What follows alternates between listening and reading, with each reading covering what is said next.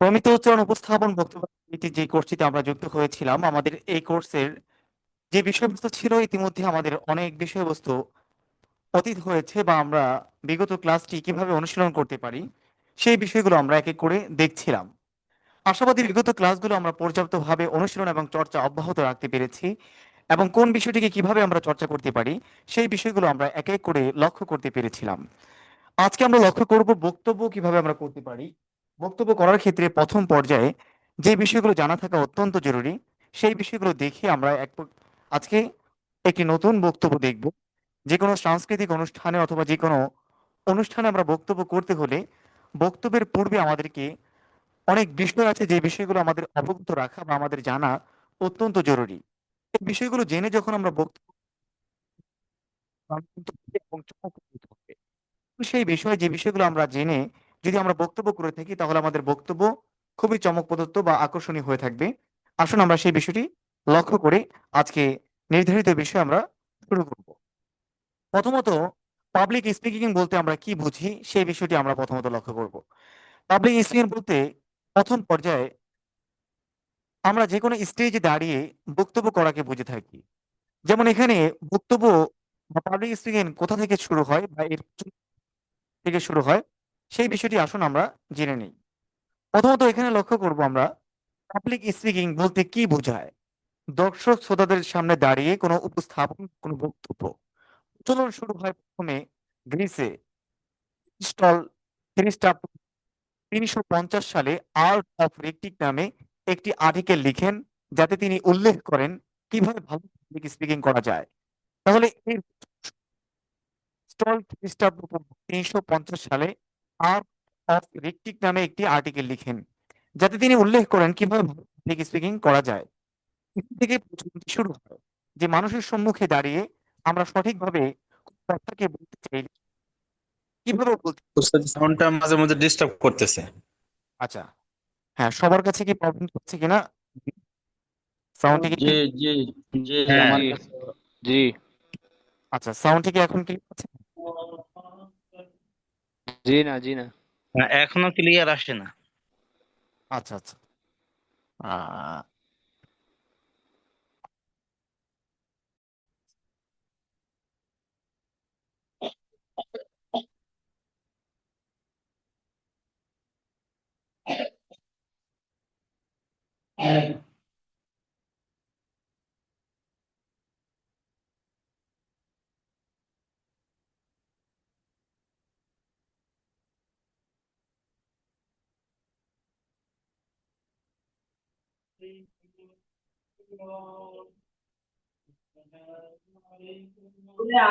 Sir আমি শুনতে পাচ্ছি না। আহ, আওয়াজ আসছে না, আমার এখানে আসতেছে না, কেন জানি problem।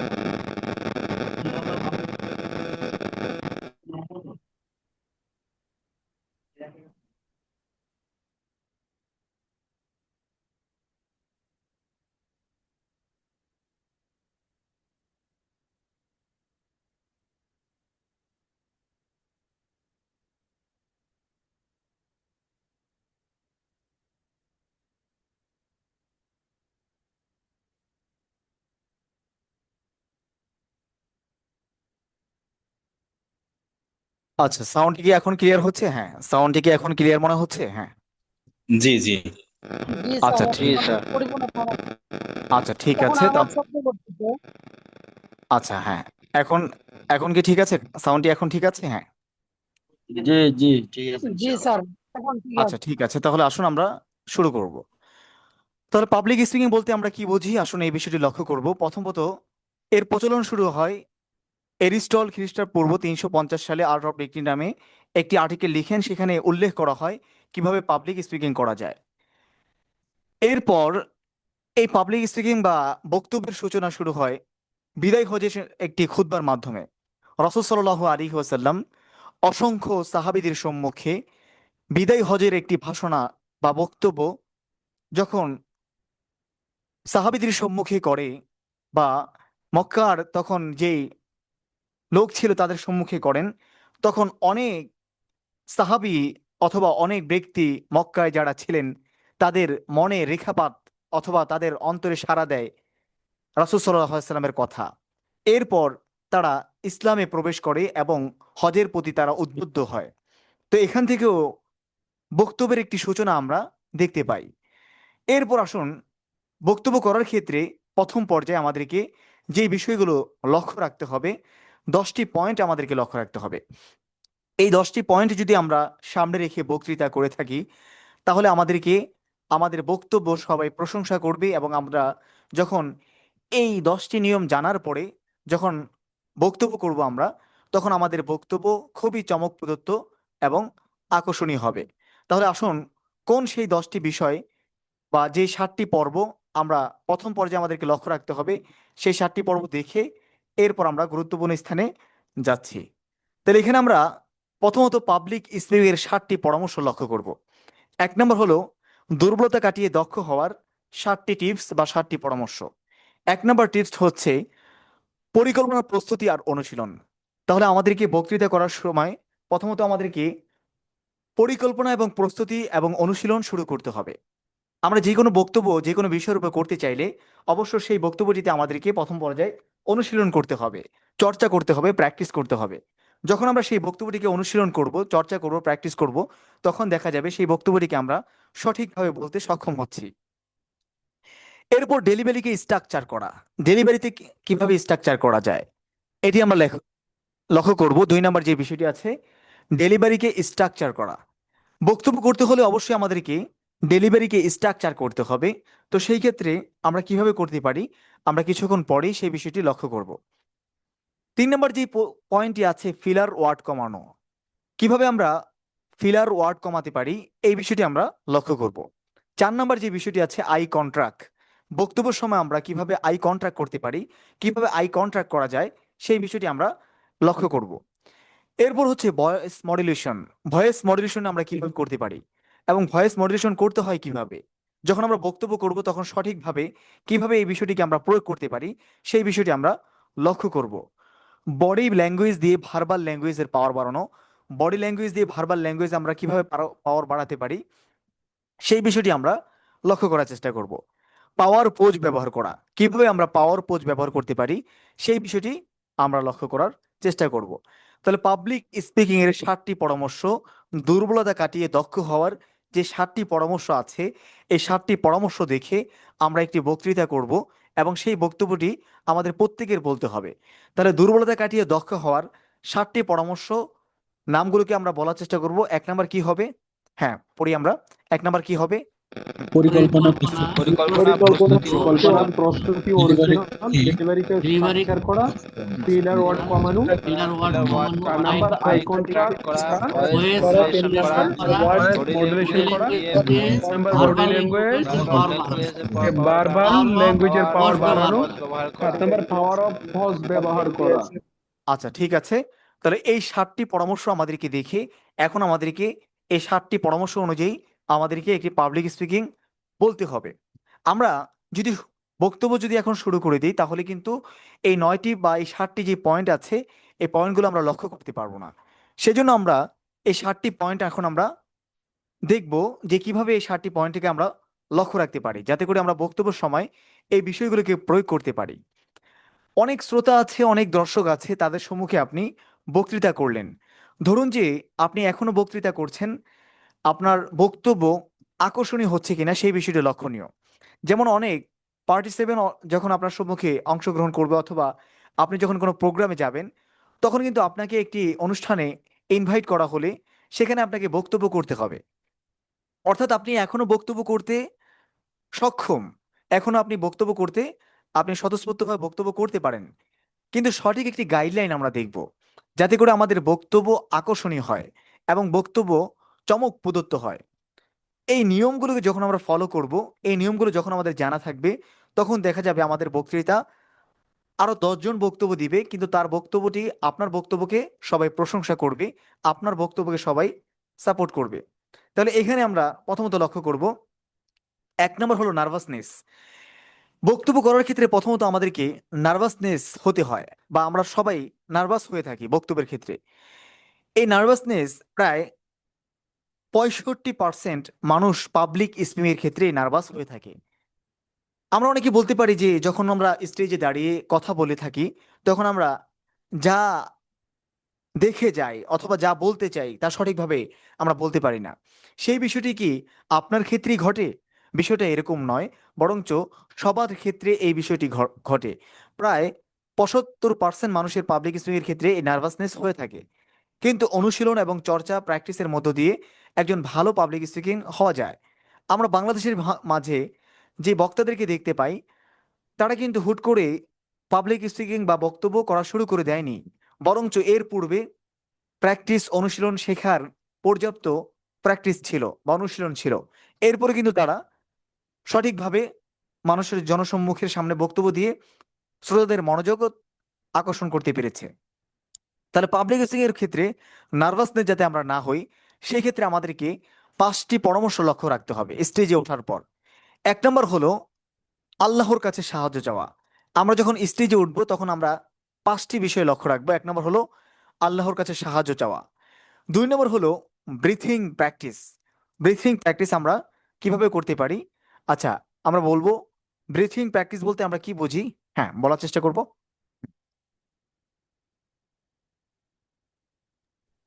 জানি না স্যার। যে আচ্ছা, যে বিষয়ে মূল বক্তব্য দিব সে ব্রিথিং বিষয়ে প্র্যাকটিস, প্র্যাকটিস করা। ব্রিথিং আচ্ছা, শ্বাসের প্র্যাকটিস করা, শ্বাস হ্যাঁ, হলো যে নিঃশ্বাসের। বিষয়ে আমি কথা হ্যাঁ, বলবো ঠিক আছে। হ্যাঁ, ওই শফিকুল ইসলাম রাজ ভাইয়া পড়েছেন, ঠিক আছে। তারা নিঃশ্বাসের অনুশীলন করা, অর্থাৎ আমাদের নিঃশ্বাস নেওয়ার মাধ্যমে আমাদের সাহস জোগানো। যেমন আমরা নিঃশ্বাস নিব, এটা বলা হবে ব্রিথিং প্র্যাকটিস। পাওয়ার পোজ ব্যবহার করা, পাওয়ার পোজ আমরা ব্যবহার করব। পাওয়ার পোজ বলতে আমরা যখন স্টেজে উঠবো তখন বসার ক্ষেত্রে আমরা নার্ভাস না হয়ে সঠিকভাবে বসবো, যেন আশেপাশে হেলে না দুলে, বরঞ্চ স্টিফভাবে আমরা সঠিকভাবে বসার চেষ্টা করব। পাওয়ার পোজ ব্যবহার করা। নিজেকে সব জানতা ভাবা বা আমি বেশি জানি। আপনি যখন স্টেজে বক্তব্যের জন্য বসবেন তখন আপনি যদি নিজেকে দুর্বল ভাবেন অথবা আপনি যে বিষয়টি দেখে এসেছেন সেটা যদি আপনি বলেন যে আমি না বলতে পারবো না, তখন কিন্তু আপনি সঠিকভাবে বলতে পারবো না। বরঞ্চ অহমিকা নয়, এখানে আমি বেশি জানি এটা আমরা অহমিকার মাঝে নিব না, বরঞ্চ আপনি যখন স্টেজে দাঁড়াবেন তখন নিজেকে সব জানতে ভাবা যে আপনি যে বিষয়টি জেনেছেন সেটা সঠিকভাবে আপনি বলতে পারবেন। এরপর হলো 5 নম্বর যে বিষয়টি আছে, অডিয়েন্স সবাইকে নিজের আত্মীয় বা বন্ধু ভাবা। আপনি যখন আপনার পরিবারের সদস্যর সাথে যখন কথা বলছেন তখন অনায়াসে নির্বিঘ্নে আপনি কথা বলে যাচ্ছেন, অথবা আপনার কোনো ফ্রেন্ডের সাথে যখন কথা বলছেন তখন আপনি নির্লসভাবে কথা বলে যাচ্ছেন। কিন্তু যখনই স্টেজে দাঁড়িয়েছি আমরা তখনই আমাদের সঠিকভাবে বলাটি আমাদের সম্ভব হয় না। সেজন্য আমরা যখন স্টেজে দাঁড়াবো তখন সবাইকে ভাবতে হবে আপনার আত্মীয় বন্ধু অথবা আপনার নিকটতম ব্যক্তি, তাহলে কিন্তু আপনি সঠিকভাবে বিষয়গুলোকে বলতে সক্ষম আমরা হয়ে থাকবো। তাহলে নার্ভাসনেস যাতে আমরা না হই সেক্ষেত্রে কয়টি বিষয় আমরা লক্ষ্য রাখবো, সবাই পড়বো। হ্যাঁ, হুম। 5টি বিষয়।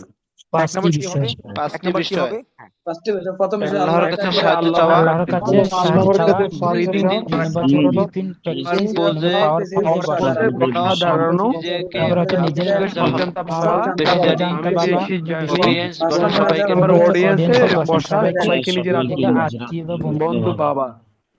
আচ্ছা, ঠিক আছে। তাহলে আমরা পাবলিক স্পিকিং এর এই নার্ভাসনেস যাতে না হই সেক্ষেত্রে আমরা 5টি বিষয়ে লক্ষ্য রাখবো। এই 5টি বিষয় আমরা স্মরণ রাখার চেষ্টা করি। সামনে এই 5টি বিষয় আমাদের মনোযোগ কতটুকু আছে সেই বিষয়টি আমরা দেখব। এরপর আসুন আমরা দ্বিতীয়ত যে বিষয়টি আছে, ভয়কে জয় করুন।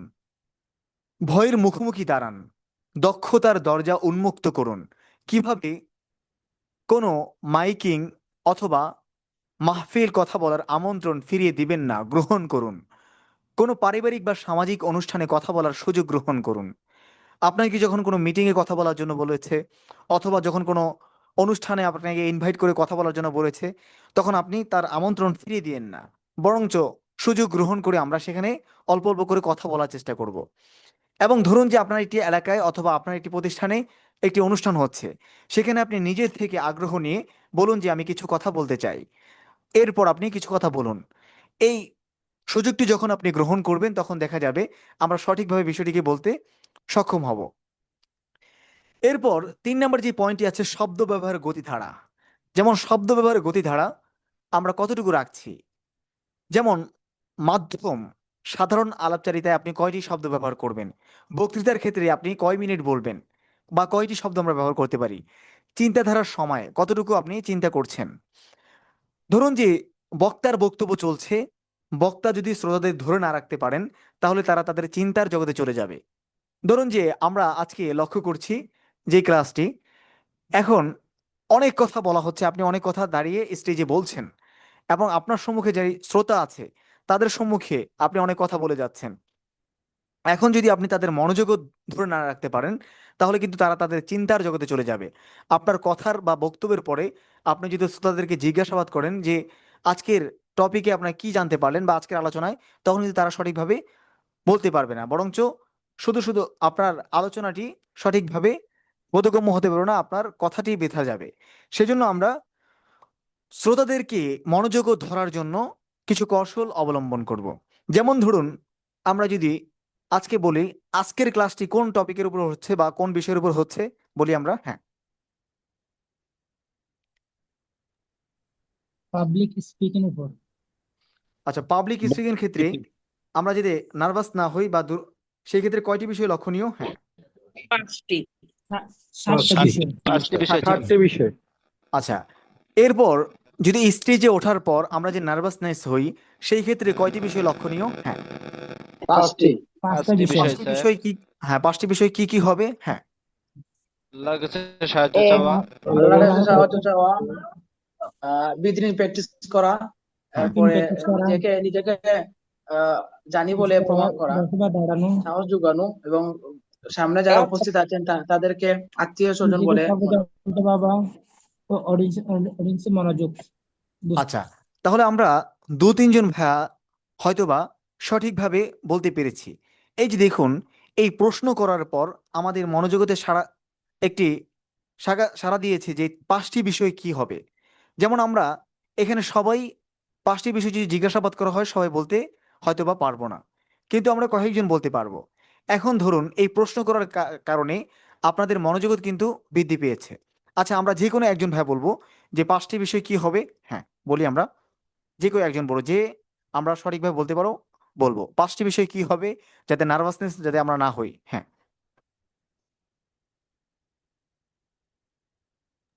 হ্যাঁ, যে কেউ একজন পড়ি, প্রথমে আল্লাহর কাছে সাহায্য চাওয়া, হুম, আল্লাহ তাআলার কাছে সাহায্য চাওয়া, যে কোনো দ্বিতীয় একজন হলো পড়ি। হ্যাঁ, ব্রিথিং প্র্যাকটিস করা, হুম, হুম, আর তৃতীয় হলো জনসম্মুখে যারা আছে সামনে উপস্থিত তাদেরকে নিজের আপন মনে করা। আর আমি সবচেয়ে বেশি জানি হিসেবে সেই সবচেয়ে বেশি জানি হিসেবে আর কি নিজের জানি হিসেবে মনে করা। নিজেকে জানতা মনে করা, আচ্ছা নিজেকে জানতা মনে করা, আচ্ছা এক সাহসী, মানে সোজা হয়ে পোজ পোজ নেওয়া আর কি, আচ্ছা, সোজা হয়ে দাঁড়িয়ে থাকা, নার্ভাস ফিল না করা। স্যার বলবো আমি হ্যাঁ হ্যাঁ, বলার চেষ্টা করবো। হ্যাঁ হ্যাঁ, যে 5টি টিপস, হুম 5টি পাওয়ার টিপস।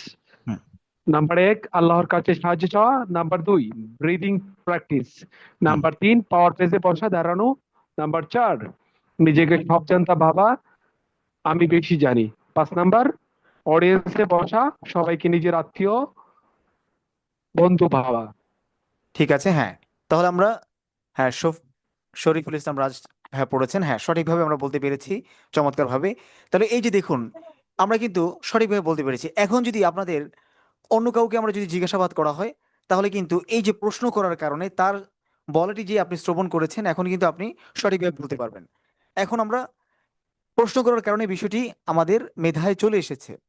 ধরুন যে আপনি যখন কথা বলছেন তখন আমরা বক্তব্যের সময় শ্রোতা যারা আছে তাদেরকে প্রশ্ন করব যাতে করে আপনার মনোযোগত তারা যেন ধরে রাখতে পারে। এই প্রশ্ন করার কারণে এখন আমরা দেখা যাবে সবাই হয়তোবা 5টি বিষয়ের 3টি বলতে পারবো, কেউ 4টি বলতে পারবো, অথবা কেউ 5টি আমরা বলতে পারবো। সেক্ষেত্রে আমরা যখন বক্তৃতা করব বক্তব্যের মধ্য দিয়ে ঠিক আছে কিনা অথবা কোন বিষয়টি আপনি বলেছেন সেটা রিপিট করে যারা আপনার সম্মুখে অডিয়েন্স আছে তাদের থেকে শ্রবণ করা। তাহলে বক্তব্য চলছে, আপনি যদি বা বক্তা যদি শ্রোতাদের ধরে না রাখতে পারেন তাহলে তারা তাদের চিন্তার জগতে চলে যাবে। বিষয়টি আমরা বুঝতে পেরেছি। হ্যাঁ হ্যাঁ, জি স্যার। আচ্ছা, তাহলে আমরা এই বিষয়টি লক্ষ্য রাখবো। এরপর হলো আসুন আমরা আরো কিছু বিষয় লক্ষ্য রেখে এরপর সামনে অগ্রসর হচ্ছি। দর্শক শ্রোতাদের মনোযোগ ধরা এটা আমরা অনেকভাবে করতে পারি।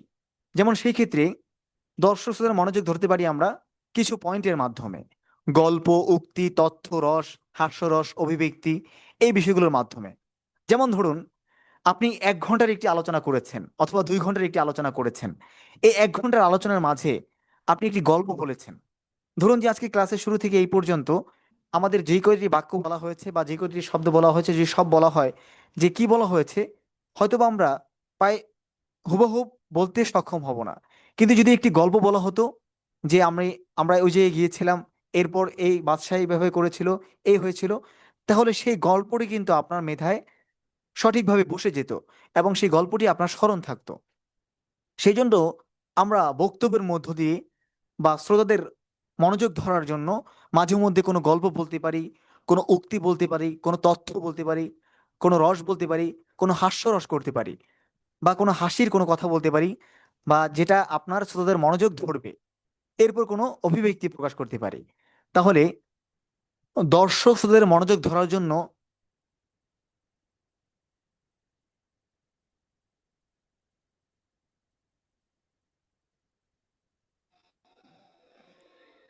কিছু কিছু শোনা যাচ্ছে না স্যার।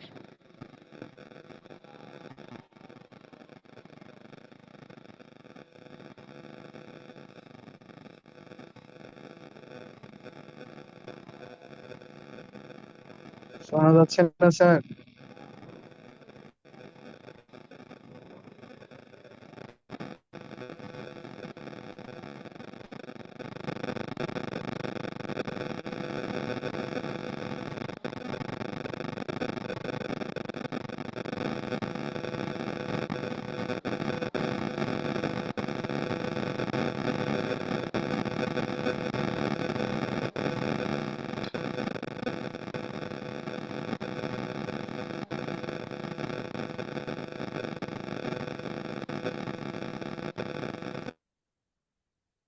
সাউন্ড, হ্যাঁ, সাউন্ডটি কি এখন বোঝা যাচ্ছে? জি হ্যাঁ, সাউন্ডটি কি এখন বোঝা যাচ্ছে? জি স্যার। জি জি স্যার, জি জি। আচ্ছা, ঠিক আছে, তাহলে আসুন আমরা লক্ষ্য করার চেষ্টা করব। তাহলে পাবলিক স্পিকিং এর ক্ষেত্রে 7টি পরামর্শ আমরা দেখছিলাম। প্রথম পর্যায়ে 7টি পরামর্শের পূর্বে আমরা 5টি বিষয় যা জানা জরুরি সেই বিষয়গুলো দেখি আমরা সামনে অগ্রসর হওয়ার চেষ্টা করব। তাহলে এখানে পাবলিক স্পিকিং এর বিষয় যা জানা অত্যন্ত জরুরি, দর্শক শ্রোতাদের মনোযোগ ধরা। তাহলে দর্শক শ্রোতাদের মনোযোগ ধরার জন্য আমরা কোন কোন বিষয়গুলো অবলম্বন করতে পারি? 1 নম্বর কি হবে? হ্যাঁ, উক্তি করতে পারি, সবাই বলি, তথ্য সবাই দিতে বলি। পারি, গল্প, গল্প, গল্প, রস দিতে পারি, অভিব্যক্তি প্রকাশ করতে পারি। তাহলে হাস্যকর এই কোনো বিষয়গুলো বিষয় আমাদেরকে দিয়ে বলতে হবে। এখন দেখুন, উদ্দেশ্য হলো শ্রোতাদের মনোযোগ ধরা, ধরে রাখা, অ্যাঙ্গেজ রাখা, কিছু করানো, কিছু করানো। যেমন আমরা কিছুক্ষণ আগে আপনাদেরকে প্রশ্ন করে আপনাদের কিছু করানোর চেষ্টা করা হয়েছে যে কয়টি বিষয়, বিষয়গুলো কি কি হবে এবং এই বিষয়গুলো আমরা কিভাবে স্মরণ রাখতে পারি, যে আপনাদের মাধ্যমে কিছু করানো, প্রশ্ন করে শ্রোতাদেরকে কিছু করানো, সেটাকে আমরা মনোযোগ ধরার বিষয়টি বলতে পারি। তাহলে 4 নম্বর হলো দর্শক শ্রোতাদের মনোযোগ ধরা। এরপর যে বিষয়টি আছে, অংশগ্রহণকারীদের ধরন। যারা বক্তৃতা করব আমরা, আপনাদের সম্মুখে যখন অডিয়েন্স থাকবে বা যখন দর্শক শ্রোতা থাকবে, তখন তাদের মনোযোগ ধরার জন্য আমরা কিছু বিষয় লক্ষ্য রাখব। আপনার সম্মুখে 3 শ্রেণীর ব্যক্তি আপনার বক্তব্য শুনবে। 1 নম্বর হলো প্রেক্ষিক, পার্সেভার। 2 নম্বর হলো পিওর পার্টিসিপেন্ট। 3 নম্বর হলো প্রেসিডেন্ট বা এখন এই যে প্রেক্ষিক, অংশগ্রহণকারী, প্রেসিডেন্ট, এটি বলতে আমরা কি বুঝবো? আচ্ছা, আমরা যে কোনো একটি ভাষা বলবো। প্রেক্ষিক বলতে আমরা কি বুঝি? হ্যাঁ, বলি। হ্যাঁ, বুঝি না তো যেটা কি মানে। হ্যাঁ, হ্যাঁ, যে কেউ একজন ভাই বলি। প্রেক্ষিক বলতে আমরা কি বুঝবো? হ্যাঁ, হুম, আচ্ছা, আগ্রহকারী। আচ্ছা, আচ্ছা, ঠিক আছে, হ্যাঁ। এরপর আমরা, হ্যাঁ, এরপর অংশগ্রহণকারী বলতে আমরা কি বুঝবো? হ্যাঁ, যে অংশগ্রহণ করেছেন, যে সামনে উপস্থিত। পার্টিসিপেট করেছে। হ্যাঁ। প্রেসিডেন্ট বলতে আমরা কি বুঝবো? হ্যাঁ, প্রেসিডেন্ট বিচারক, বিচারক। আমন্ত্রণকারী। তাহলে অংশগ্রহণকারীর মাঝে কি বিচারক হয় কখনো? যারা অংশগ্রহণ করেছে আপনার মাঝে, তাহলে হ্যাঁ, হ্যাঁ, অর্থাৎ এই 3 শ্রেণীর ব্যক্তি কিন্তু আমাদের মনোযোগ থাকবে। এই 3 শ্রেণীর বক্তব্যের মাঝে আমাদের তাদের মনোযোগ ধরতে হবে।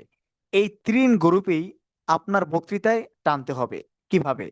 অর্থাৎ প্রেক্ষিক, যিনি মূলত আপনার আলোচনার জন্যই এসেছে, আপনার আলোচনা শ্রবণ করার জন্যই।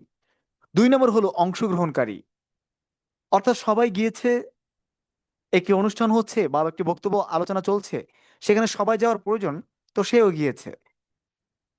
3 নম্বর হলো প্রেসিডেন্ট, যিনি আপনার বক্তব্যকে জাজ করবে, আপনার বক্তব্যকে সঠিক হচ্ছে কিনা, কোনটি ভুল হচ্ছে, কোনটা সঠিক হচ্ছে। তো সুতরাং এই 3 শ্রেণীর ব্যক্তিকে কিন্তু আপনার বক্তব্যে টানতে হবে। সুতরাং আপনার বক্তব্য যেন সঠিকভাবে সবার সম্মুখে আমরা বলতে সঠিক হই, এই জন্য এই বিষয়গুলো আমরা লক্ষ্য রাখতে পারি। তো সেই ক্ষেত্রে এই সবগুলো বিষয় আমরা লক্ষ্য রাখবো। এরপর এখানে দেখবো আমরা, হ্যাঁ আসুন, তাহলে পাবলিক স্পিকিং এর করার ক্ষেত্রে আমরা প্রথম পর্যায়ে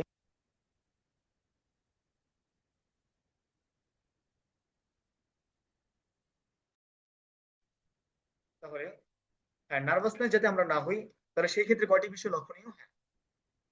পাবলিক স্পিকিং এর 5টি পরামর্শ। পাবলিক স্পিকিং এর 5টি পরামর্শ কি কি হবে? 5টি বলি, 5টি বিষয় কি কি হবে? বলি। শোনা যাচ্ছে না স্যার।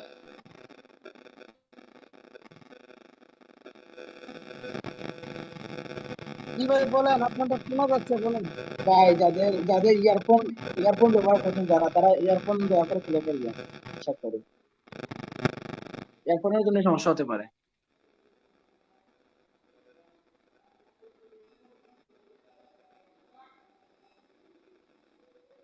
হ্যাঁ, আমরা বলি পাবলিক স্পিকিং এর 5টি পরামর্শ কি কি হবে? হ্যাঁ, হ্যাঁ, পাবলিক স্পিকিং এর 5টি পরামর্শ কি কি হবে আমরা বলবো। এখানে যে লেখাগুলো আছে আমরা পড়ার চেষ্টা করি। নার্ভাসনেস, নার্ভাসনেস, এক রোল অফ নার্ভাসনেস ক্ষতি দ্বারা শব্দার্থে স্পষ্ট শব্দ ব্যবহারের গতি দ্বারা, দর্শক শ্রোতাদের মনোযোগ দ্বারা, ব্যবহারের গতি দ্বারা, ধারা, 4 অডিয়েন্সের দর্শক ধরন, শ্রোতাদের মনোযোগ প্রকার। দ্বারা, 5 অডিয়েন্সের ধরন ও প্রকার। আচ্ছা, ঠিক আছে, তাহলে এই 5টি বিষয় আমরা লক্ষ্য রাখার চেষ্টা করি। আসুন, আমাদের এই বিষয়গুলো কিন্তু খুবই ইম্পর্টেন্ট। আমরা যে বক্তব্য কিন্তু আমরা সবাই দিতে সক্ষম, আমরা যে কোনো স্টেজে সবাই বক্তব্য দিয়ে থাকি, কিন্তু বক্তব্যের পূর্বে যে বিষয়গুলো আমাদেরকে লক্ষ্য রাখতে হবে, সেই বিষয়গুলো আমরা প্রথমত দেখে এরপর আমরা সামনে অগ্রসর হচ্ছি। এরপরে এই 7টি পরামর্শের পরে আমরা একটি বক্তব্য শিখবো, শিরিক মুক্তির কুফল। এই 7টি বিষয়কে আমরা সেই বক্তব্যের মাঝে প্রয়োগ করব। তাহলে এখানে দুর্বলতা কাটিয়ে দক্ষ হওয়ার 1 নম্বর টিপস হলো পরিকল্পনা, প্রস্তুতি আর অনুশীলন। পরিকল্পনা, প্রস্তুতি, অনুশীলন আমাদেরকে করতে হবে। আল্লাহ প্রথমে কলম সৃষ্টি করে তাকে লিখতে বলেছেন। যেমন আপনি যদি কলম না তৈরি করে যদি লিখতে চান, তাহলে কি আমরা লিখতে পারবো? কখনোই না, বরঞ্চ আগে আমাদের কলম তৈরি করতে হবে, এরপর লিখতে হবে। সুতরাং আমাদেরকে আগে যে বক্তব্যটি আমরা করব সেই বক্তব্যটি না তৈরি স্যার, করতে হবে। হ্যাঁ, কলমের দরকার তা- হবে। হ্যাঁ, ঠিক আছে, তাহলে হ্যাঁ, আমাদেরকে প্রথমত বক্তব্য তৈরি করতে হবে, এরপর আমাদেরকে বক্তৃতা করতে হবে। সুতরাং আমরা যখন বক্তব্য করব, সেই জন্য ওই বক্তব্যটিকে আমরা আগে থেকে অনুশীলন করব, চর্চা করব, প্র্যাকটিস করব, অনুশীলন করব। এরপর কিন্তু আমাদের শ্রোতার সম্মুখে দাঁড়িয়ে বক্তব্যটি করতে হবে। এখানে আমরা লক্ষ্য করব দুর্বলতা কাটিয়ে দক্ষ হওয়ার 7টি পরামর্শের মাঝে 1 নম্বর হলো পরিকল্পনা, প্রস্তুতি আর অনুশীলন। বিষয় সম্পর্কে তথ্য সংগ্রহ, রিসার্চ। অংশগ্রহণ সম্পর্কে ধারণা, তথ্য। স্ক্রিপ্ট তৈরি, টক ফ্লো, টার তৈরি এবং স্লাইড তৈরি। স্পিচ প্র্যাকটিস অন্তত 3 বার। আচ্ছা, তাহলে এখানে আমরা প্রথম পর্যায়ে বিষয় সম্পর্কে তথ্য।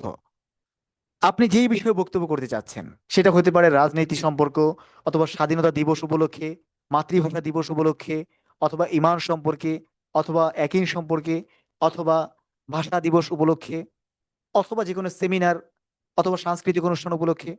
এখন কোন বিষয়ে আপনি বক্তব্য করতে চাচ্ছেন, সেই বিষয়ে আমাদেরকে তথ্য সংগ্রহ করতে হবে। এখন অনেক জায়গা থেকে আপনি তথ্য সংগ্রহ আমরা করতে পারি। আপনি যদি এখন চ্যাট জিবি আছে, সেখানে যদি আপনি বলেন যে আমার একটি বক্তব্য প্রয়োজন, আমি এই অনুষ্ঠানে যাচ্ছি, তো সে কিন্তু আপনাকে চমৎকার একটি বক্তব্য সাজিয়ে দিবে, এবং সেই বক্তব্যটিকে আমরা প্র্যাকটিস করে অনুসরণ করে বলতে পারি। অথবা গুগলে আমরা সার্চ করতে পারি কোন তথ্য সংগ্রহ করা, অথবা বিভিন্ন বই আছে, আমরা বইয়ের একটি লিস্ট দেখব যে কোন কোন বইগুলো বক্তব্যের ক্ষেত্রে আমরা সংগ্রহ করতে পারি। সেই বক্তব্যের লিস্ট আমরা দিব, সেখান থেকে আমরা তথ্য সংগ্রহ করব যে আপনি একটি বক্তব্য তৈরি করার ক্ষেত্রে কোন কোন পয়েন্ট থেকে আমরা বক্তব্যগুলো নিতে পারি। সেই তথ্যগুলো আমরা সংগ্রহ করে তার উপর আমরা একটি বক্তব্য তৈরি করতে হবে প্রথমত। তাহলে বিষয় সম্পর্কে তথ্য সংগ্রহ, রিসার্চ করা। তাহলে 1 নম্বর হলো তথ্য সংগ্রহ, রিসার্চ করা। অংশগ্রহণ সম্পর্কে ধারণা, আপনি কোন অডিয়েন্স বা কাদের সম্মুখে বক্তব্য করবেন, কোন অনুষ্ঠানে যাচ্ছেন, তাদের সম্পর্কে আপনার প্রথমত ধারণা নিতে হবে। এরপর হলো স্ক্রিপ্ট তৈরি করতে হবে, আপনার যে বক্তব্যটি আপনি লিখেছেন সঠিকভাবে কোন স্থানে শুরু থেকে শেষ পর্যন্ত এটাকে ভালোভাবে করা। এরপর হলো হ্যাঁ টাচ ফ্লো, হ্যাঁ এই যে টক ফ্লো টাচ স্টোরি। আচ্ছা, এটি বলতে আমরা কি বুঝি? হ্যাঁ, যে কোনো একজন ভাই পড়বো। টক ফ্লো এটা চার্ট ফ্লো চার্ট স্টোরি। তৈরি করা, ফ্লো হ্যাঁ চার্ট। হ্যাঁ বলি আমরা, হ্যাঁ জানি না তো হ্যাঁ স্যার, জানি না তো স্যার। টক ফ্লো হ্যাঁ চার্ট তৈরি করো, চার্ট। হ্যাঁ একটি চ্যাট তৈরি করা, অর্থাৎ আমরা শুরু থেকে আমরা হচ্ছে যে বক্তব্যটা আমরা যে যে কথা বিষয়ে বলবো, যে বক্তব্য বক্তব্য করবো দিব, এটার সেটার একটা ফ্লো চার্ট তৈরি করবো, একটা তৈরি করে তারপরে একটা এটা প্র্যাকটিস করা। হ্যাঁ একটা চার্ট ঠিক আছে, তৈরি করা আর কি, লিখিত চার্ট। হ্যাঁ রাইট, ঠিক আছে। হ্যাঁ, তাহলে আমরা বলতে পেরেছি। তাহলে অর্থাৎ এই যে আপনি যে বক্তব্যটি করেছেন তার স্ক্রিপ্ট তৈরি করা হলো, এরপর এর উপরে শুরু থেকে শেষ পর্যন্ত সঠিকভাবে আছে কিনা, কোন স্থানে কোন কথাটি বলবেন, কোন কোন জায়গায় কোনো রেফারেন্স বলবেন কিনা, কোথাও কোনো কোরআন হাদিসের আয়াত বলবেন কিনা, কোন স্থানে কোন আয়াতটি বলবেন, এইভাবে বক্তব্য আমরা করা। যেমন আমরা বাংলাদেশের ভিতরে একজন গ্রহণযোগ্য আলোচকের নাম বলি, যে কোনো একজন গ্রহণযোগ্য আলোচকের, হ্যাঁ, যার আলোচনা সবাই শুনে থাকে। মিজানুর রহমান আল আজহারি। হ্যাঁ, মিজানুর রহমান আজহারি। তো এই যে মিজানুর রহমান আজহারি, তার যে কোনো বক্তব্যের স্টেজে দেখবেন যে তার সম্মুখে একটি ট্যাপ ট্যাপ দাঁড় করানো থাকে। আমরা কি লক্ষ্য করেছি? হ্যাঁ হ্যাঁ হ্যাঁ জি স্যার, জি। জি হ্যাঁ স্যার। সে যে ওই স্থান থেকে যে বক্তব্য করে হুবহু দেখে বক্তব্য করে বিষয়টি এরকম না, বরঞ্চ সে আগে থেকে একটি শিডিউল তৈরি করে, অর্থাৎ একটি বক্তব্যের স্ক্রিপ্ট তৈরি করে যে কোন স্থানে কোন কথাটি বলবে, কোন পয়েন্টে কোন কথা বলবে, প্রথম 10 মিনিটে কোন কথাটি বলবে, এরপর 10 মিনিটে কোন কথাটি বলবে। এই বিষয়টি আগে থেকে তিনি তৈরি করে রাখেন। এরপর তিনি তার সামনে ট্যাপ থেকে সেখান থেকে তিনি বি- বিষয়গুলোকে ধারণা নিয়ে এরপর বলে থাকে। এতে করে তার কথাগুলো গোছানো হয় এবং তার থেকে সবাই তথ্যগুলো সংগ্রহ করতে পারে। তাহলে এটা আমরা বক্তব্য প্রথমত সাজাতে হবে। স্লাইড তৈরি, এরপর স্লাইড তৈরি করতে হবে। স্পিচ প্র্যাকটিস, আমরা যে বক্তব্যটি করেছি সেটা রেকর্ড করে অন্তত কয়েকবার শোনা, বারংবার বলা, একটি খালি স্থানে অনেকবার করে পাঠ করা। আচ্ছা, তাহলে অনেকবার করে আমাদেরকে সেই বক্তব্যটি রেকর্ড করে শ্রবণ করতে হবে সেটি সঠিকভাবে হচ্ছে কিনা। তাহলে পাবলিক স্পিকিং করার ক্ষেত্রে প্রথম পর্যায়ে পরিকল্পনা প্রস্তুতির মাঝে আমরা কোন কোন বিষয়গুলো লক্ষ্য রাখতে পারি? হ্যাঁ, সবাই পড়ার চেষ্টা করব। হ্যাঁ বিষয় সম্পর্কে তথ্য সংগ্রহ, হ্যাঁ অংশগ্রহণকারী বিষয় সম্পর্কে সংগ্রহ, তথ্য সংগ্রহ অংশগ্রহণকারী সম্পর্কে ধারণা ও তৈরি। 4 চার্ট তৈরি করা। 5 স্লাইড তৈরি করা। 6 স্পিচ প্র্যাকটিস করা অন্তত। আচ্ছা ঠিক আছে। হ্যাঁ, আমরা যে কোনো একজন ভাইয়া এই পরিকল্পনা প্রস্তুতির মাঝে যে বিষয়গুলো আছে বুঝিয়ে বলবো আমরা কিভাবে বলতে পারি। হ্যাঁ, বক্তব্যের, হ্যাঁ বলি। হ্যাঁ, এগুলো বিষয়গুলো খুব জরুরি। যে কোনো একজন ভাই পড়ি। হ্যাঁ, আমরা বুঝিয়ে বলবো। শফিকুল ইসলাম রাজু, হ্যাঁ হ্যাঁ শফিকুল ইসলাম, হ্যাঁ শফিকুল ইসলাম রাজু হ্যাঁ পড়বো। হ্যাঁ, আমরা বলবো যে এখানে জি এই জি বিষয়গুলো আমরা কিভাবে জি, করতে পারি। ধন্যবাদ। দুর্বলতা কাটিয়ে দক্ষ হবার পরিকল্পনার প্রস্তুতি আর অনুশীলন। এক এক করে বলছি। তো প্রথমে বিষয় সম্পর্কে তথ্য সংগ্রহ, রিসার্চ। দ্বিতীয়, নাম্বার 2, অংশগ্রহণকারী সম্পর্কে ধারণা ও তথ্য সংগ্রহ করা। 3, স্ক্রিপ্ট তৈরি করা। আমি কি বক্তব্য দেব, বক্তব্য দেওয়ার উপরে আমি একটা নিজে থেকে একটা তৈরি করে নেব লিখে, যে কি কি বিষয় থাকবে, কি কি আলোচ্য বিষয় হবে, কি কি রেফারেন্স দেব, কার কার উক্তিগুলি আনবো। এরকম আমি যে বিষয় দেবো এই বিষয়গুলো একটা স্ক্রিপ্ট তৈরি করে নেবো। টক ফ্লো চার্ট তৈরি করা। আমি 1 ঘন্টা, এক 1 আওয়ার, 1 ঘন্টা যদি আমি বক্তব্য দিই, 1 ঘন্টা ভিতরে আমি কি কি বক্তব্য দিব, কোন প্রোগ্রামে প্রথম 10 মিনিট, প্রথম 20 মিনিট এবং উম, পরের 10 মিনিট, এরকম 1 ঘন্টা পর্যন্ত একটা টক ফ্লো চার্ট, সম্পূর্ণ একটা চার্ট তৈরি করব। একটা চার্ট আকারে যে আমি এই প্রথম অর্ধে এই কথাগুলো বলবো, দ্বিতীয় অর্ধে এইগুলো, তৃতীয় এবং লাস্ট এন্ডিং ফিনিশিং পার্টে আমি এই কথা বলে আমি কনক্লুশন শেষ করব। স্লাইড তৈরি করা। অনেকে প্রশ্ন হতে পারে যে স্লাইডটা কি। স্লাইড হচ্ছে, যেমন স্যার একটু আগে আমাদেরকে দেখালেন যে কেউ একজন বক্তৃতা করছেন, কিছু মানুষ শুনছেন, এরকম ধরনের ভিজিবল কোনো ছবি, পিকচার হতে পারে, কোনো ডায়াগ্রাম হতে পারে, কোনো ধরনের ছবি, ইমেজ ভিন্ন ধরনের হতে পারে, যেটা দেখিয়ে পাবলিককে আমরা বুঝতে পারবো যে এটা উম, মানুষ বুঝতে সহজ হয়, এটাকে স্লাইড বলা হয়। আর স্পিচ প্র্যাকটিস, স্পিচ প্র্যাকটিসটা হলো আমরা যে বলবো আয়নার সামনে বা দাঁড়িয়ে আমি কিভাবে বক্তব্য দিব, সেটা বিগিনারদের জন্য বা আমরা যারা দিব, যে আমি কিভাবে দিতে চাই সেটা আগে থেকে প্র্যাকটিস করে নেব। ঠিক আছে, হ্যাঁ, জি, ঠিক আছে, শফিকুল ইসলাম ধন্যবাদ রাজা। স্যার। ঠিক আছে, ধন্যবাদ। হ্যাঁ, এরপর আমরা এই বিষয়টি সবাই বুঝতে পেরেছি। হ্যাঁ, স্ট্রেস জি প্র্যাকটিস অন্তত 3 বার। জি স্যার। তাহলে এটা এই শেষের পয়েন্টটিকে আমরা লক্ষ্য রাখার চেষ্টা করব। এটি আমরা রেকর্ড করে বলতে পারি, অথবা যে কোনো স্থানে, খোলা স্থানে দাঁড়িয়ে সেটা অন্তত অনেকবার করে বক্তব্যটি আমরা করব। যে কোনো বক্তব্য করার ক্ষেত্রে আমরা অন্তত স্পিচ প্র্যাকটিস যেটি আছে এটি অন্তত করার চেষ্টা করব। যে কোনো বক্তব্য আমরা তৈরি করেছি, এরপর এটা বারংবার বলে, রেকর্ড করে, শ্রবণ করে, খালি স্থানে দাঁড়িয়ে অথবা কোনো স্থানে দাঁড়িয়ে আমরা সেটিকে বারংবার বলে যেটি আমাদের হচ্ছে কিনা সেই বিষয়টি লক্ষ্য রাখা। এখন আপনি বলতে পারেন যে আমি তো অনায়াসে বক্তব্য দিচ্ছি যে কোনো বিষয়ের উপর। হ্যাঁ, আপনার বক্তব্য যদি মার্জিত করতে হয়, অথবা সোশ্যাল মিডিয়ায় আপনার বক্তব্য সবাই যেন শুনে আপনার সম্পর্কে একটি তথ্য সংগ্রহ করতে চায়, তাহলে সেই ক্ষেত্রে কিন্তু আপনাকে অবশ্য বক্তব্য সাজানো গোছানো ভাবে হতে হবে। সেই ক্ষেত্রে আমরা এই অনুশীলনগুলো অবশ্যই আমাদের স্মরণ রাখতে হবে। যেমন এখানে দেখতে পারি আমরা পরিকল্পনা প্রস্তুতি আর অনুশীলন কিভাবে করতে পারি আমরা। যেমন এখানে একটি স্থানে দাঁড়িয়ে সেটিকে ফেনু ভিজিট, লজিস্ট সাপোর্ট যেটিকে আমরা বলতে পারি, ল্যাপটপ অথবা প্রজেক্ট, এগুলোর মাধ্যমে আমরা একটি স্থানে দাঁড়িয়ে চমৎকারভাবে সেটিকে প্র্যাকটিস করা, অনুশীলন করা, সেটি হচ্ছে কিনা খালি স্থানে দাঁড়িয়ে। এরপর হলো আমরা সেই বিষয় সম্পর্কে পরিকল্পনা প্রস্তুতি আর অনুশীলন। উপকরণ, উপকরণ যে বিষয়গুলো আছে সেই বিষয়গুলো আমরা সামনে রাখতে পারি। যেমন টক্স ফ্লোচার্টস, অথবা ওয়ার্কশিট, অথবা মূল্যায়ন ফর্ম, যে বিষয়গুলো আছে এই বিষয়গুলো আমরা রাখবো, যাতে করে আমাদের বক্তব্য পরিকল্পনা প্রস্তুতির মাঝে একটি চমক প্রদত্ত ভাবে আমরা গুছিয়ে নিতে পারি। যখন আমরা বক্তব্যটিকে শ্রোতাদের সম্মুখে বলবো, এর পূর্বে এই বিষয়গুলো আমাদেরকে করণীয়। এরপর হলো পরিকল্পনা প্রস্তুতির মাঝে আরো যে বিষয়গুলো আছে এই বিষয়গুলো আমরা লক্ষ্য রাখতে পারি। যেমন আয়োজকদের সাথে যোগাযোগ, আয়োজকদের সাথে যোগাযোগ। এখন আপনি বলতে পারেন যে আমি তো বক্তব্য তৈরি করেছি, তাহলে এখন আয়োজকদের সাথে আমাদের যোগাযোগ রাখতে হবে। আপনি কোন সময় বক্তব্য করবেন, আসরের পরে না জোহরের পরে না 9টায় বা 8টায়, বা কোন সময় আপনাকে বক্তব্য দিবে, বা কার কার পরে আপনাকে বক্তব্য দিবে, এই বিষয়ের জন্য আপনি আয়োজক যারা আছে তাদের সাথে যোগাযোগ রাখতে পারেন। এরপর হলো দুর্বলতা কাটিয়ে দক্ষ হওয়ার পরিকল্পনা প্রস্তুতি আর অনুশীলনের মাঝে রুচিসম্মত পোশাক পরিধান, ফেনুতে সময়ের আগেই আসা। তাহলে রুচিসম্মত পোশাক পরিধান এটিও কিন্তু একটি বিষয়। আপনি যখন আপনার ব্যক্তিত্ব প্রকাশ পায়, যখন আপনি কোনো অনুষ্ঠানে যাচ্ছেন সেখানে যাওয়ার পূর্বে একটি রুচিসম্মত পোশাক পরিধান করা, এবং অনুষ্ঠানে নির্ধারিত সময়ের পূর্বেই আসা।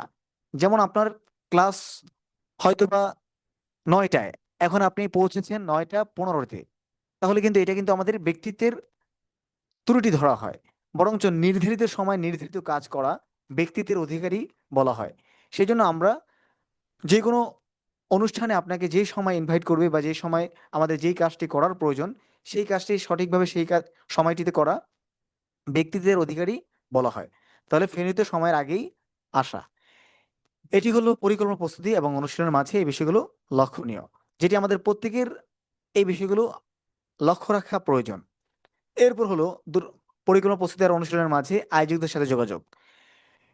এরপর আরো যে বিষয়টি আছে, আমরা লেকচারকে স্ট্রাকচার করা, এটি কিভাবে করতে পারি? যেমন ফ্রি ফর্মুলা। প্রথম প্রথমে শুরু থেকে বা শুরুতেই বলা টেল কি বলবেন। দ্বিতীয়, মাঝখানে বিস্তারিত ডিটেল কি বলবেন। তৃতীয়ত, শেষে আবার যেটাকে রিটার্ন বলা হয়, এটা আপনি কি বলবেন। এই বিষয়টাকে আমরা লেকচারকে স্ট্রাকচার করা 3 ফর্মুলায় ভাগ করা। প্রথম 10 মিনিটে, অথবা প্রথম 15 মিনিটে, দ্বিতীয় 15 মিনিটে, তৃতীয় 15 মিনিটে আপনি কোন কথাগুলো বলবেন, ভাগ করা, আলোচনা করা। তাহলে লেকচারকে স্ট্রাকচার করা, এই বিষয়টি কি আমরা বুঝতে পেরেছি? হ্যাঁ, হ্যাঁ, সবাই বলি। জি জি জি স্যার। আচ্ছা, তাহলে আসুন এর পূর্বে আমরা এখানে দেখার চেষ্টা করি। লেকচারকে স্ট্রাকচার করা বলতে আমরা আরো কয়েকটি ফর্মুলা এখানে লক্ষ্য করতে পারি। যেমন আরো কয়েকটি ফর্মুলার মাঝে তাৎক্ষণিক বিনা প্রস্তুতিতে কথা বলার ফর্মুলা। যেমন ধরুন আপনাকে একটি আতিকুর রহমান ইনভাইট ভাইয়ের করেছে একটি অডিও বক্তব্যের মাঝে, অফ করেন, আপনাকে শব্দ আসছে। হুট করে একটি বক্তব্য করতে হবে। হঠাৎ করে একটি বক্তব্যের জন্য আমন্ত্রণ করেছে, আপনার ওই বিষয় সম্পর্কে আপনার ধারণা নেই, বা ওই সম্পর্কে আপনি ইতিপূর্বে তথ্য সংগ্রহ করেননি। তো এমন একটি বিষয় সম্পর্কে আপনাকে বক্তব্য করতে হবে। তাহলে আপনি অতীত, বর্তমান, ভবিষ্যৎ, পাস্ট, ফিউচার, প্রেজেন্ট বলে আমরা সেই বক্তব্যটি শেষ করতে পারি। অথবা গুরুত্ব এবং করণীয়, সমস্যা, কারণ, কোনো সমস্যা সমাধান, কেন এই বিষয়ে, ফলাফল বা নমুনা উপস্থাপন। ধরুন যে একটি অনুষ্ঠানে আপনাকে ইনভাইট করেছে, সেটি হলো বিদায়ী অনুষ্ঠান উপলক্ষে অথবা পুরস্কার বিতরণী অনুষ্ঠানে। তাহলে সেখানে আপনার যেভাবে কথা বলার প্রয়োজন, এই অনুষ্ঠানের অতীত নিয়ে, বর্তমান নিয়ে, ভবিষ্যৎ নিয়ে, অর্থাৎ পাশ কাটিয়ে চলে যাওয়া, যেটাকে বলতে পারি আমরা প্রস্তুতি নেইনি, কোনো কথার মধ্য দিয়ে অতীত ভবিষ্যৎ বলে আপনার আমন্ত্রণটি রক্ষা করা। আপনাকে যে বক্তব্যের জন্য বলেছে, কোনো প্রস্তুতি যদি আমাদের না থাকে, তাহলে আমরা বিনা ফর্মুলায় অতীত, ভবিষ্যৎ, বর্তমান অথবা করণীয়, বর্জনীয় এই বিষয়গুলো বলে আমরা শেষ করতে পারি সেই অনুষ্ঠান সম্পর্কে। বিষয়টি কি আমরা বুঝতে পেরেছি?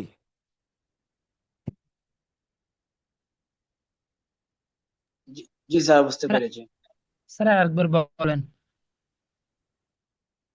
হ্যাঁ, স্যার তাৎক্ষণিক বিনা প্রস্তুতি। পরিপূর্ণভাবে বুঝতে পারি নাই। আচ্ছা, আচ্ছা। ধরুন যে আপনাকে একটি বক্তব্যের জন্য একটি অনুষ্ঠানে আমন্ত্রণ করেছে, এখন সেখানে আপনাকে বক্তৃতা করতে হবে। এখন সেই বক্তব্যটি আপনি কখনো দেখেননি, বা ওই বিষয় সম্পর্কে কোনো আপনার ধারণা নেই।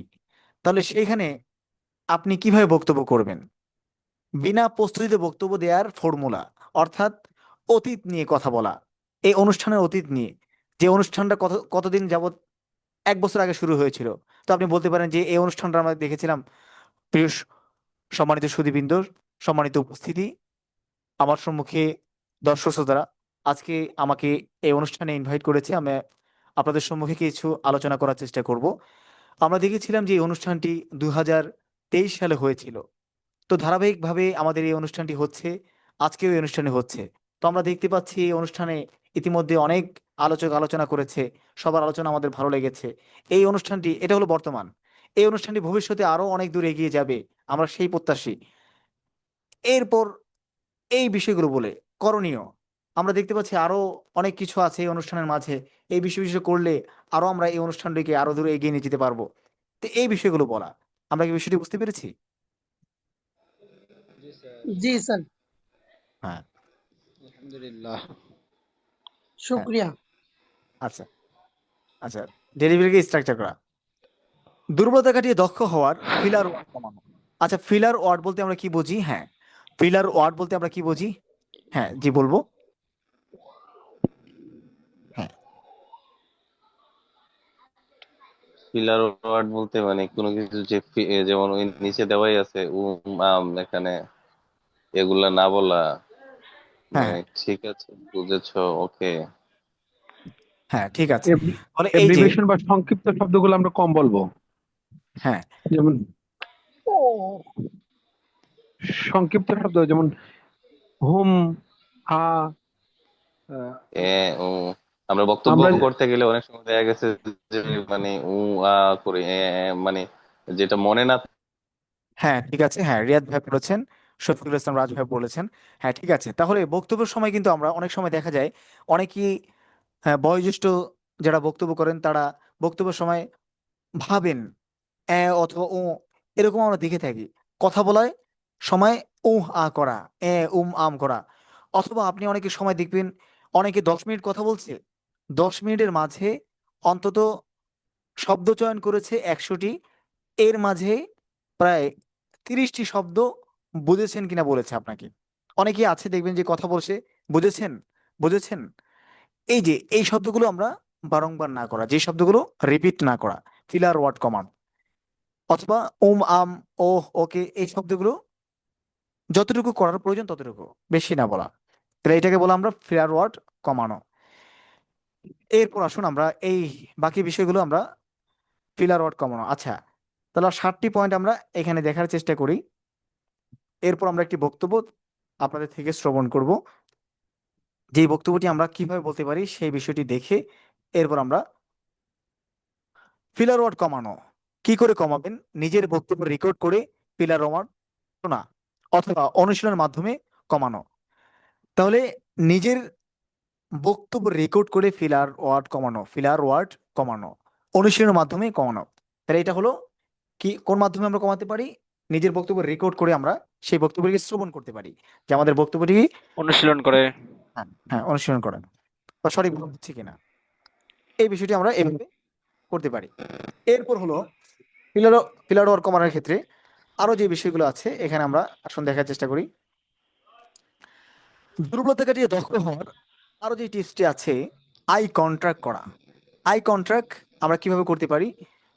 বক্তব্যের সময় ডানে বামে পিছনে সর্বদিকে লক্ষ্য রাখা, এই বিষয়টা কিন্তু খুব জরুরি। অনেক সময় দেখা যায় অনেক বক্তা আছেন শুধু একদিকে তাকিয়ে থাকেন, অথবা আপনি যখন কোনো টিচিং করছেন অথবা কোনো স্টুডেন্টকে পড়াচ্ছেন, তখন একজন স্টুডেন্টের দিকে যদি তাকিয়ে যদি কথা বলেন তাহলে কিন্তু বাকিরা কিন্তু মনোযোগ হারিয়ে ফেলবে। এই জন্য সর্বদিকে লক্ষ্য রাখা, ডানে বামে পিছনে সর্বদিকে লক্ষ্য রাখা, সেটাকে আমরা আই কন্ট্রাক্ট বলতে পারি। তাহলে এই 4টি পয়েন্ট আমরা স্মরণ রাখবো, যাতে করে আমাদের এই বিষয়গুলোকে সঠিকভাবে আমরা প্রয়োগ করতে পারি। আমরা কিন্তু এখন আমরা 15 জন আছি, সবাই আমরা শেষ পর্যন্ত থাকবো। কিছুক্ষণ পরেই কিন্তু একটি বক্তব্য চলে আসবে, সেই বক্তব্যটি আমাদের সবার বলার প্রয়োজন পড়বে। সেজন্য আমরা সবাই লক্ষ্য রাখার চেষ্টা করি। এরপর দেখুন আই কন্ট্রাক্ট আমরা কিভাবে করতে পারি। আই কন্ট্রাক্ট সর্বদিকে লক্ষ্য রাখবো, আমরা সবার দিকে লক্ষ্য রাখবো। আপনি এখানে দাঁড়িয়েছেন বক্তব্যের জন্য, আপনার বামে পিছনে সর্বদিকে আমরা লক্ষ্য করব। যেমন এখানে আপনি দাঁড়িয়ে বক্তব্য করছেন, তো আপনার সামনে যারা আছে, আপনার পিছনে যারা আছে, অথবা ডানে যারা আছে, বামে যারা আছে, সর্বদিকে লক্ষ্য রাখা বক্তব্যের সময়। তাহলে এটা হলো আই কন্ট্রাক্ট কিভাবে করবেন সেই বিষয়টি আমরা সঠিকভাবে লক্ষ্য রাখার চেষ্টা করব। এরপর হলো আই কন্ট্রাক্ট করার ক্ষেত্রে আমরা আরো যে বিষয়টি লক্ষ্য রাখতে পারি, ধরুন যে আপনি মাহফিলে বয়ান করছেন অথবা যে কোনো সেমিনারে, যে কোনো স্টেজে, তো স্টেজে বক্তব্য করার ক্ষেত্রে আমরা এখানে দেখব গ্রুপ করতে পারি আমরা। যে আপনি বলতে পারেন যে শেষের যে 10 জন আছেন আপনাদেরকে এই বিষয়ে প্রশ্ন করছি, আপনারা কি এই বিষয়টি বুঝতে পেরেছেন? অথবা ডানের যে 10 জন আমরা দেখতে পাচ্ছি, আপনারা কি বুঝতে পেরেছেন? অথবা সামনের, এইভাবে আপনি গ্রুপ করে প্রশ্ন করতে পারেন, যাতে করে আপনার বক্তব্যটি আলোচনা সবাই সঠিকভাবে বুঝতে পারেন। অথবা আপনি আধা ঘন্টা 1 ঘন্টা আলোচনা করছেন, কিন্তু শ্রোতা যদি আপনার থেকে কোনো মেসেজ নিতে না পারে, তাহলে কিন্তু এটা আপনার কথাগুলো বিফলে যাবে। সেজন্য আমরা গ্রুপ করে আই কন্টাক্ট করতে পারি, বেশি দূরে হলে আমরা গ্রুপ করব। এরপর হলো ভয়েস মডুলেশন করা, কিভাবে করবেন? আমরা উঁচু নিচু দ্রুত, যেমন আমরা একটি বক্তব্য এখন দেখবো, সেই বক্তব্যের মাঝে কোনো সময় আমরা দ্রুত বলবো, কোনো সময় ধীরে বলবো, কোনো সময় আস্তে বলবো। যেমন যখন আপনি শুরু করেছেন, সুপ্রিয় দর্শক মন্ডলী, প্রিয় শ্রোতা, সম্মানিত হাজরিন, এই শব্দগুলো আস্তে আস্তে বলা। এরপর কোনো প্রতিবাদী কণ্ঠা দ্রুত বলা, কোনো দিক নির্দেশনা করা, সেটি দ্রুত দ্রুত বলতে হয়, অথবা ধীরে ধীরে বলা। তো এই বিষয়গুলো আমরা লক্ষ্য করব, কোখানে আমাদেরকে জোরে বলতে হবে, কোখানে স্লো বলতে হবে, এই বিষয়গুলো আমাদেরকে লক্ষ্য রাখতে হবে। তাহলে 5 নাম্বার হলো ভয়েস মডুলেশন করা। এখন আসুন, এই তো শেষ হয়ে যাবে আমাদের 7টি পর্ব। এরপর 5 নম্বর হলো ভয়েস মডুলেশন করার ক্ষেত্রে কিভাবে করবেন। সাধারণ নিয়ম: বাক্যের শুরুতে জোরে বলা, বাক্যের মাঝখানে কথা মাঝারি আওয়াজে, বাক্যের শেষ শব্দে আওয়াজ ছেড়ে দেওয়া। বিষয়টি আমরা বুঝতে পেরেছি। আমরা এই যে বাক্যের শুরুতে কিভাবে বলতে পারি, বাক্যের মাঝে কিভাবে বলতে পারি, বাক্যের শেষ শব্দে আওয়াজ কিভাবে ছেড়ে দিতে পারি, সেই বিষয়টি আমরা বক্তব্যের মাধ্যমে দেখবো কিছুক্ষণ পরেই। এরপর আসুন, ভয়েস মডুলেশন আমরা কিভাবে করতে পারি। স্বরে আন্তরিকতা, স্বরে উদ্দীপনা, চেহারার অভিব্যক্তি, অনুভূতি, অরিজিনালিটি। তাহলে ভয়েস মডুলেশন আমরা কিভাবে করতে পারি, সবাই পড়ি। হ্যাঁ, ভয়েস মডুলেশন সবাই আমরা পড়ি, সবাই পড়বো। হুম। স্বরে স্বরের আন্তরিকতা, আন্তরিকতা, উদ্দীপনা, স্বরের চেহারায় উদ্দীপনা, চেহারার চেহারার অভিব্যক্তি, উদ্দীপনা, অনুভূতি, চেহারার অরিজিনালিটি। অরিজিনালিটি। আচ্ছা, তাহলে এখানে আমরা স্বরে উদ্দীপনা, স্বরে আন্তরিকতা, অর্থাৎ আপনার কথা দুর্বল যেন না হয়ে যায়। এরপর স্বরে উদ্দীপনা, যেটা বলছেন সেটা মজবুত হয়ে বলা। চেহারার অভিব্যক্তি, আমরা চেহারাকে সঠিকভাবে রাখা, অর্থাৎ মুখে যেন বিষণ্ণতা না আসে, হাসি থাকে, এই বিষয়গুলো আমরা লক্ষ্য রাখবো। অনুভূতি, অরিজিনালিটি, এই বিষয়গুলো আমরা লক্ষ্য রাখবো, যেন আপনি বক্তব্য করছেন, যে বিষয়ে বক্তব্য করছেন যেন আপনার সঠিকভাবে আছেন, সেই বিষয়টা আমরা লক্ষ্য করি। যে আমরা একজন ভাই বলবো, যে কেউ একজন পড়ি, যে ভয়েস মডুলেশন করা কিভাবে করব আমরা। হ্যাঁ, স্বরে আন্তরিকতা নিয়ে আসা লাগবে, হ্যাঁ, স্বরে উদ্দীপনা রাখতে হবে, চেহারা অভিব্যক্তি, অনুভূতি, অরিজিনালিটি। হ্যাঁ। আচ্ছা, আমরা বুঝিয়ে বলবো এই 5টি পয়েন্ট, আমরা বুঝিয়ে বলবো, যে কোনো একজন ভাই পড়ি বুঝিয়ে বলবো 5টি পয়েন্ট।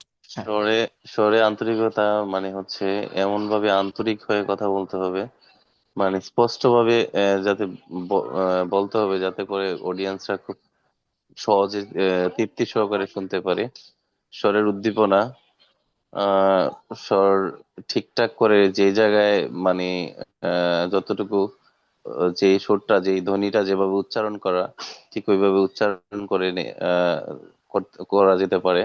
চেহারার অভিব্যক্তি, চেহারা যাতে দুর্বল দুর্বল ভাব না থাকে, একদম সাহসিকতার সাথে একদম হাসি মুখ উজ্জ্বল চেহারা নিয়ে কথা বলতে হবে, যে দুর্বলতা প্রকাশ না পায়। অনুভূতি ঠিক রাখা, মানে আমি যেই আহ, বক্তব্যটা করছি, এই বক্তব্যের অনুভূতিটা ঠিক রেখে কথা বলা। অরিজিনালিটি, আমি যে বক্তব্যটা করছি এটা একদম অরিজিনালি বক্তব্যটা প্রকাশ করা, যাতে ফেক কোনো কিছু না হয়, বাড়িয়ে কোনো কিছু না বলা।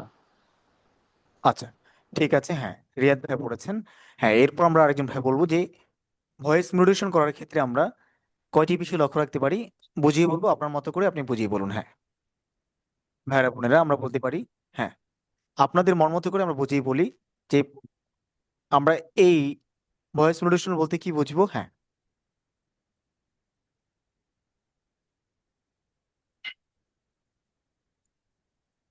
1 নাম্বার, সুরের আন্তরিকতা, যে কথার মধ্যে যেভাবে সুর দিলে হৃদয় অঙ্কিত হবে সেভাবে বলা। আচ্ছা, এটা স্বর হবে, স্বরে আন্তরিকতা, সুর হবে না, স্বর স্বরে হবে। আন্তরিকতা,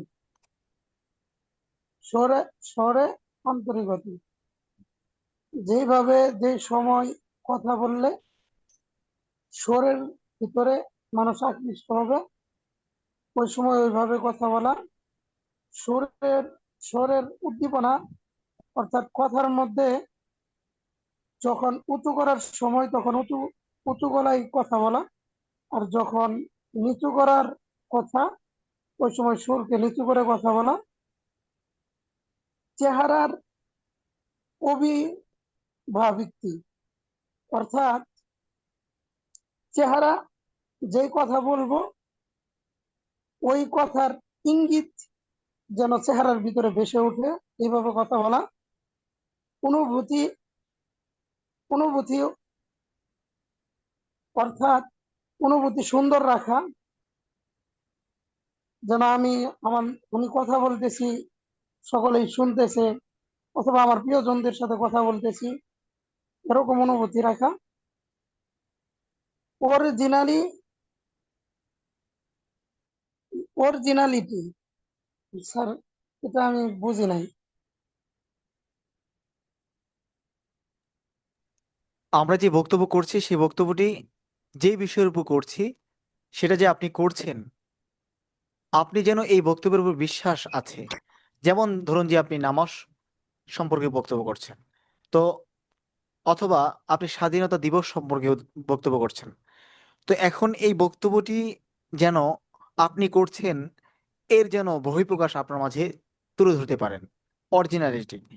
কথা বলার মধ্য দিয়ে আমাদের মনের ভাবকে প্রকাশ করা, বডি ল্যাঙ্গুয়েজের মধ্য দিয়ে অরিজিনালিটি অর্থাৎ সঠিকভাবে আপনি বক্তব্যটিকে প্রেজেন্ট করা, সেটা আমরা বক্তব্যের তথ্যের উপরে সঠিকভাবে বিষয় বলা, অন্য কোনো সাবজেক্ট নিয়ে না আসা, সঠিকভাবে সেই বিষয়টিকে উত্থাপন করা। হ্যাঁ। অরিজিনালিটি, যে বিষয়ে আমি কথা বলবো ওই বিষয়ে সঠিক তথ্য দেওয়া এবং ওই বিষয়ে আমি যে সঠিক কথা বলতেছি এটার উপর আমার নিজের দৃঢ় বিশ্বাস রাখি। আচ্ছা, ঠিক আছে। হ্যাঁ, তাহলে এই যে পাবলিক স্পিকিং এর 7টি পরামর্শ দুর্বলতা কাটিয়ে দক্ষ হওয়ার, এই 5টি বিষয়ে আমরা আশাবাদী লক্ষ্য করেছি। এখন আসুন আমরা সামনে অগ্রসর হওয়ার চেষ্টা করি। সামনে এখানে আমরা লক্ষ্য করব, এখানে দেখুন, দুর্বলতা কাটিয়ে দক্ষ হওয়ার বডি ল্যাঙ্গুয়েজ দিয়ে ভার্বাল ল্যাঙ্গুয়েজের পাওয়ার বাড়ানো।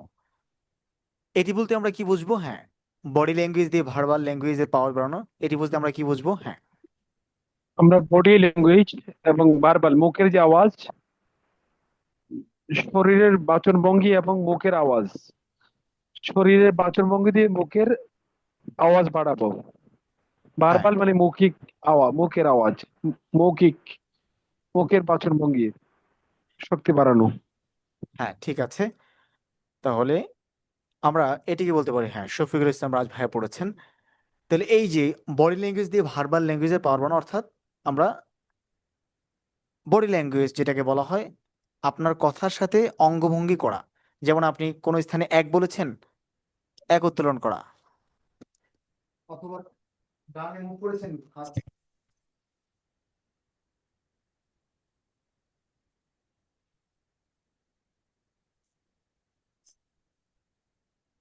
কথার সাথে অঙ্গভঙ্গি করা। আমরা এক কথায় বলতে বলে কথার সাথে অঙ্গভঙ্গি করা। যেমন আপনি যদি বলছেন যে আল্লাহ তাআলা বলেন, তাহলে আপনি হাতটিকে উত্তোলন করতে পারেন যে আল্লাহ তাআলা এই কথাটি বলেছেন। তো এইভাবে হাত উত্তোলন করা, ঠিক আছে? তো এইভাবে আমরা বডি ল্যাঙ্গুয়েজ দিয়ে ভার্বাল ল্যাঙ্গুয়েজে পাওয়ার বাড়ানো, আই কন্ট্রাক্ট অথবা দুর্বলতা কাটিয়ে দক্ষ হওয়ার বডি ল্যাঙ্গুয়েজ করা। এরপর হচ্ছে এখানে আমরা দুর্বলতা কাটিয়ে দক্ষ হওয়ার বডি ল্যাঙ্গুয়েজ দিয়ে ভার্বাল ল্যাঙ্গুয়েজ পাওয়ার বাড়ানো। বডি ল্যাঙ্গুয়েজ দিয়ে আমরা কিভাবে করতে পারি এখানে দেখার চেষ্টা করব। হ্যাঁ, এই তো, যদি আমরা বক্তব্য করি, দাঁড়িয়ে বক্তব্যের ক্ষেত্রে এখানে দেখুন বডি ল্যাঙ্গুয়েজ দিয়ে ভার্বাল ল্যাঙ্গুয়েজের পাওয়ার বাড়ানোর ক্ষেত্রে এই যে ওপেন, ক্লোজার, অথবা এই যে হাতকে এইভাবে আমরা ছড়িয়ে দিতে পারি, হাতকে এইভাবে করা, অথবা হাত এইভাবে উঠানো, এই বিষয়গুলো আমরা লক্ষ্য রাখতে পারি। দেখুন এই বিষয়গুলো আমরা লক্ষ্য রাখবো বক্তব্যের সময়। দাঁড়িয়ে যদি বক্তব্য করি, এক হাত দিয়ে আপনি এইভাবে ইশারা দিতে পারেন, অথবা দুই হাত দিয়ে এইভাবে ইশারা করতে পারেন, অথবা এক হাত দিয়ে আপনি এভাবে কথা বুঝাতে পারেন, অথবা এইভাবে আমরা এই বিষয়গুলো লক্ষ্য রাখতে পারি। তাহলে এটা হলো বডি ল্যাঙ্গুয়েজ দিয়ে ভার্বাল ল্যাঙ্গুয়েজের পাওয়ার বাড়ানো, অর্থাৎ বডি ল্যাঙ্গুয়েজ করা। অনেক সময় দেখা যায় অনেকেই খুবই বডি ল্যাঙ্গুয়েজ করছে, তো সেক্ষেত্রে আমরা যতটুকু বডি ল্যাঙ্গুয়েজ করার প্রয়োজন ততটুকুই করব, যেন বেশি না হয়ে যায়, যাতে করে বিঘ্নতার সৃষ্টি না হয়। ওপেন ক্লোজার, যদি ওপেন থাকেন তাহলে এইভাবে, ক্লোজ যদি থাকেন তাহলে এইভাবে, এই বিষয়গুলো আমরা লক্ষ্য রাখতে পারি। এরপর সর্বশেষ আমরা দেখব পাওয়ার পোজ ব্যবহার করা। আচ্ছা, পাওয়ার পোজ বলতে আমরা কি বুঝি? হ্যাঁ, আমরা যে কোনো একজন ভাই বলবো, এরপর আমরা বলছি। হ্যাঁ, পাওয়ার পোজ বলতে আমরা কি বুঝি? হ্যাঁ, পাওয়ার অফ পোজ। হ্যাঁ, হ্যাঁ, অফ পোজ। হ্যাঁ, হ্যাঁ, পাওয়ার পোজ বলতে কি হ্যাঁ আমরা কি বুঝবো? হ্যাঁ, আমরা যখন মাইকের সামনে দাঁড়াবো ঠিকঠাক মানে আমরা মাইকের যে মাইক্রোফোন আছে মাইক্রোফোনটা মানে একদম ঠিকঠাক ভাবে যাতে কথা বলা যায় ঠিক মুখের কাছাকাছি, যেখানে কোনো নয়েজ না হয়, একদম শব্দ না হয়, বা ঠিকঠাক ক্লিয়ারলি শোনা যায়, এরকম ভাবে একটা পোজ নিয়ে এই পাওয়ার পোজের সামনে দাঁড়ানো, এটাই পাওয়ার পোজ সম্ভবত। আচ্ছা, ঠিক আছে, হ্যাঁ, রিয়াদ ভাই পড়েছেন। এরপর আমরা আরেকজন ভাই বলবো যে পাওয়ার পোজ বলতে আমরা কি বুঝবো। হ্যাঁ,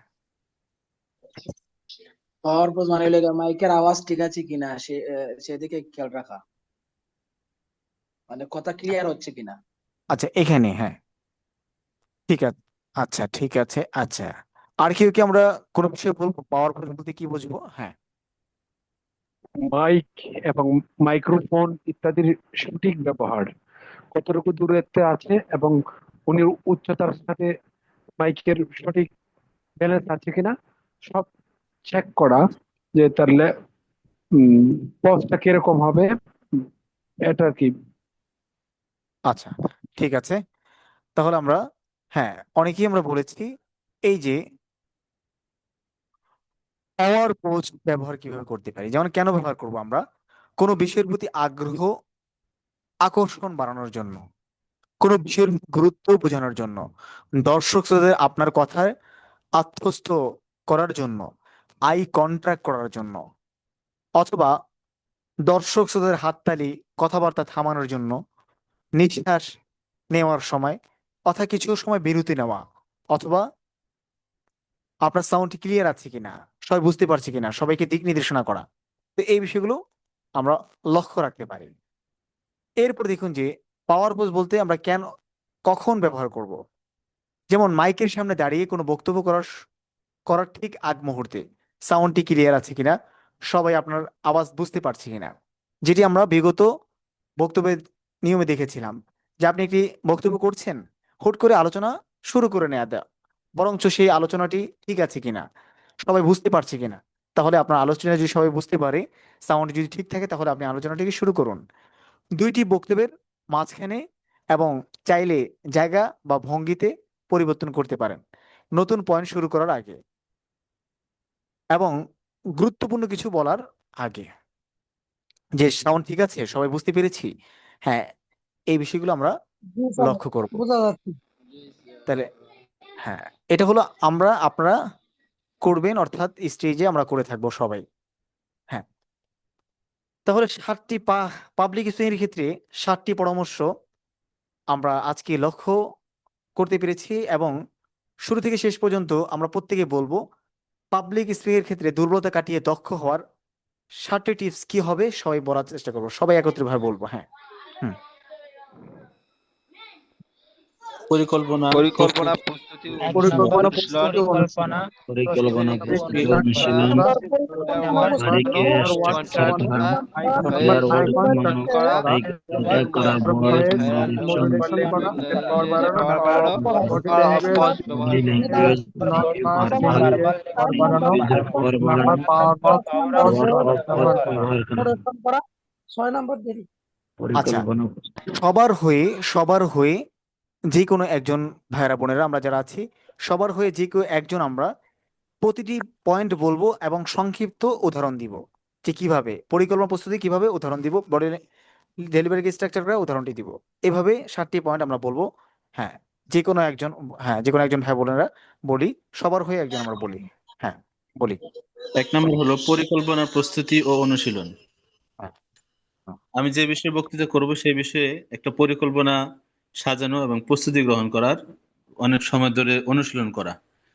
2 নম্বর হলো ডেলিভারিকে স্ট্রাকচার করা। আমি ডেলিভারি মানে কিভাবে কখন কি বিষয়টা বলবো, কখন কোন কথাগুলো বলবো, একটা স্ট্রাকচার আগে থেকে একটা সুন্দর করে তৈরি করে নেওয়া। তারপর 3 নম্বর হলো ফিলার ওয়ার্ড কমানো।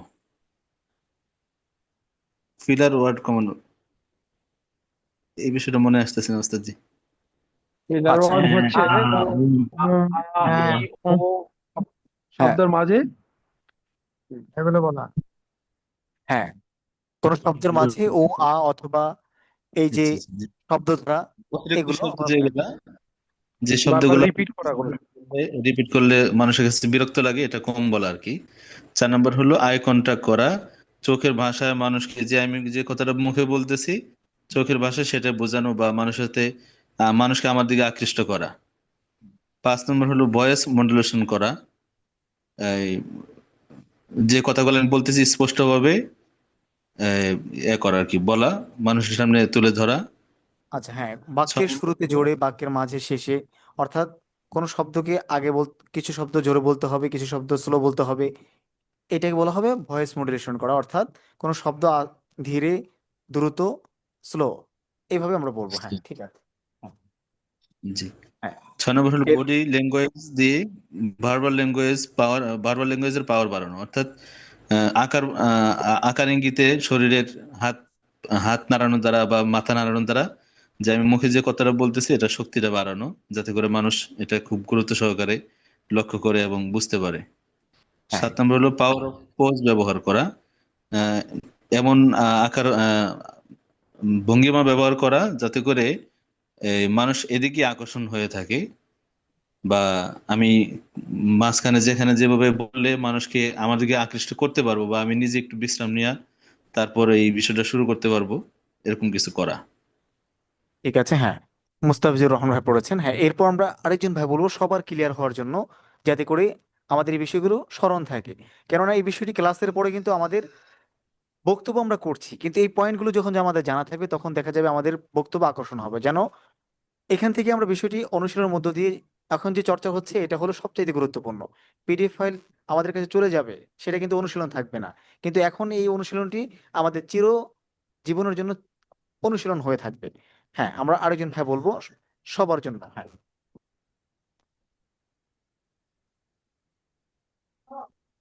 হ্যাঁ বলি, আরেকজন ভাই বলবো, যে কেউ একজন বলি। 7টি পয়েন্ট আমরা একটি বলবো ও উদাহরণ বলবো, যে কেউ বলতে পারি।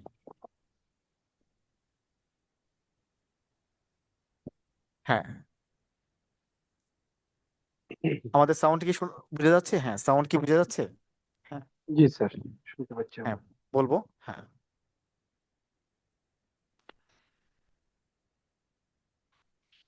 দুর্বলতা কাটিয়ে দক্ষ হওয়ার 7টি পরামর্শ আমরা বলি। হ্যাঁ,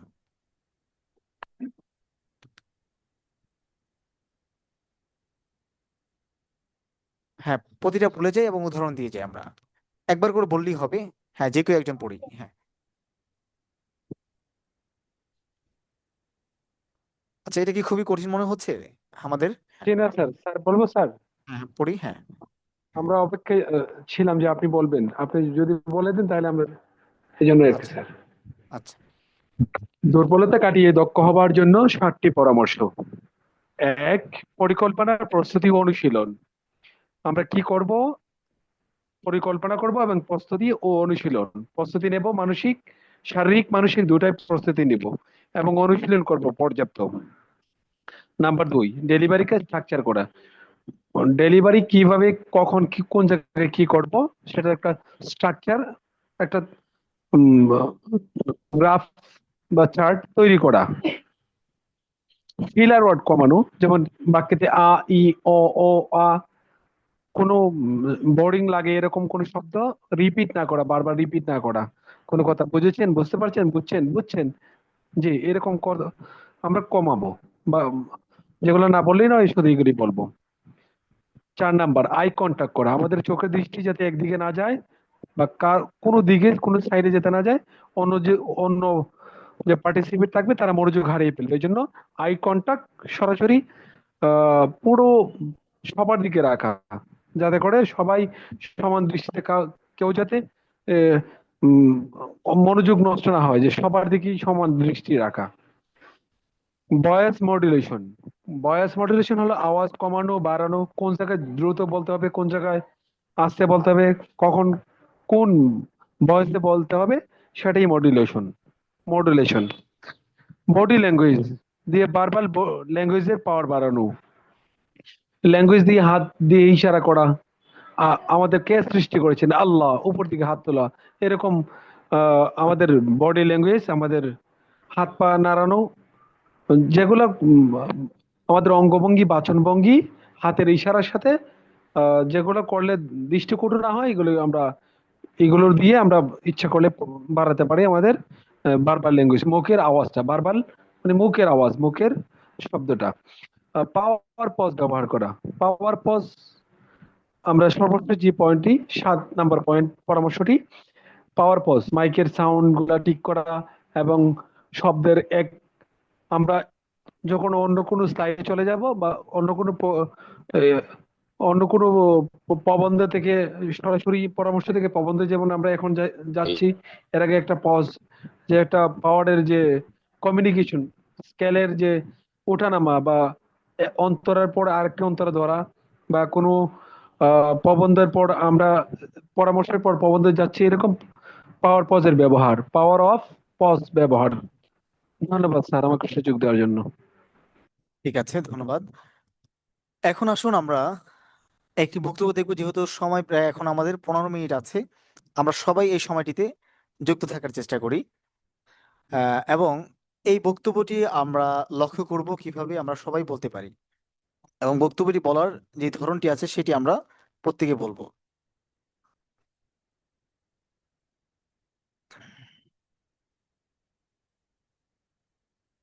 আচ্ছা, আসুন তাহলে এখানে আমরা দেখার চেষ্টা করছি। হ্যাঁ,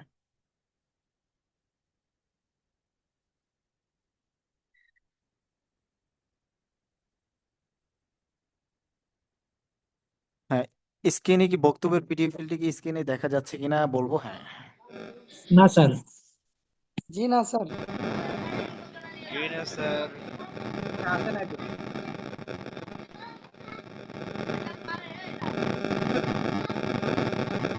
কেমন যেন আওয়াজ হচ্ছে।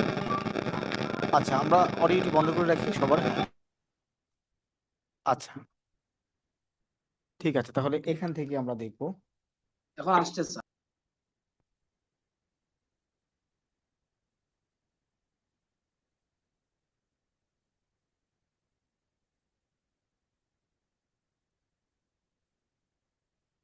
আচ্ছা, বক্তৃতা কলাকৌশল।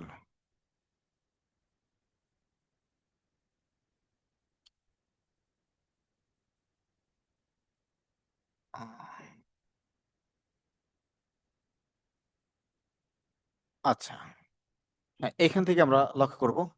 হ্যাঁ,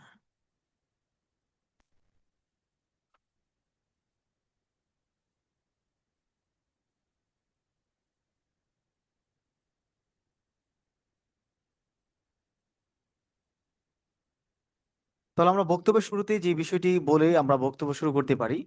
প্রথম পর্যায়ে আমরা ইতিপূর্বে যে নিয়মটি দেখেছিলাম, যে শুরুতেই আমরা যে বিষয়গুলো লক্ষ্য রাখতে পারি এই বিষয়গুলো বলে আমরা বক্তব্যটি শুরু করব। যেমন, উপস্থিত সম্মানিত সভাপতি, দক্ষ উপস্থাপক, বিজ্ঞ বিচারক মণ্ডলী, স্বাগত অতিথিবৃন্দ, আমার প্রাণপ্রিয় সাথী ভাইরা, সকলকে জানাই আন্তরিক শুভেচ্ছা, অভিনন্দন বা মোবারকবাদ। এই বিষয়টি আমরা বলে বক্তব্য শুরু করব। তাহলে শুরুতেই, প্রিয় উপস্থিতি, আজকের বিষয়, এখানে আমরা যে কোনো একটি বিষয় নির্ধারণ করতে পারি।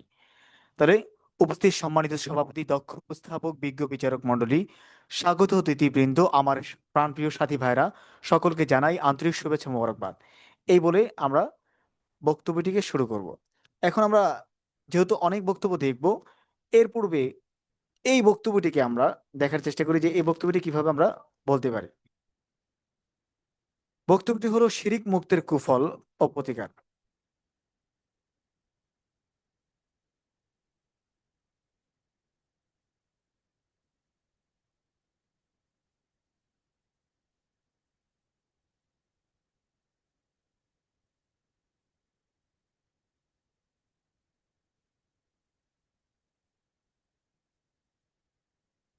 আচ্ছা, স্কিপে হয়তোবা।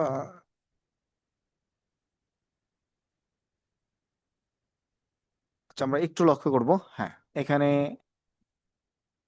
বক্তব্যর পিডিএফ ফাইল। হ্যাঁ, শিরিক মুক্তের কুফল, এই বক্তব্যটি আমাদেরকে সবার বলতে হবে, এবং এই বক্তব্যটি আমরা কিভাবে বলতে পারি সেই বিষয়টি আমরা এখনই দেখছি, এবং সবাই বলবো এই বক্তব্যটি যেন। স্যার আমার কাছে হ্যাঁ, স্ক্রিনশট ছিল, আমি এটা শেয়ার করে দিচ্ছি স্ক্রিনে। আচ্ছা, আচ্ছা। হ্যাঁ, হ্যাঁ, এখনই এখনই এসে যাবে। হ্যাঁ, এখনই এসে যাবে। হ্যাঁ, আচ্ছা,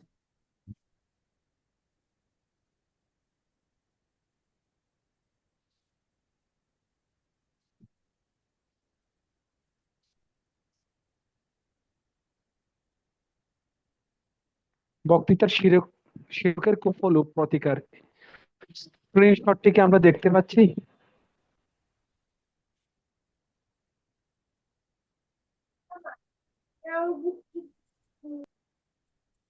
জি, দেখা যাচ্ছিল তো।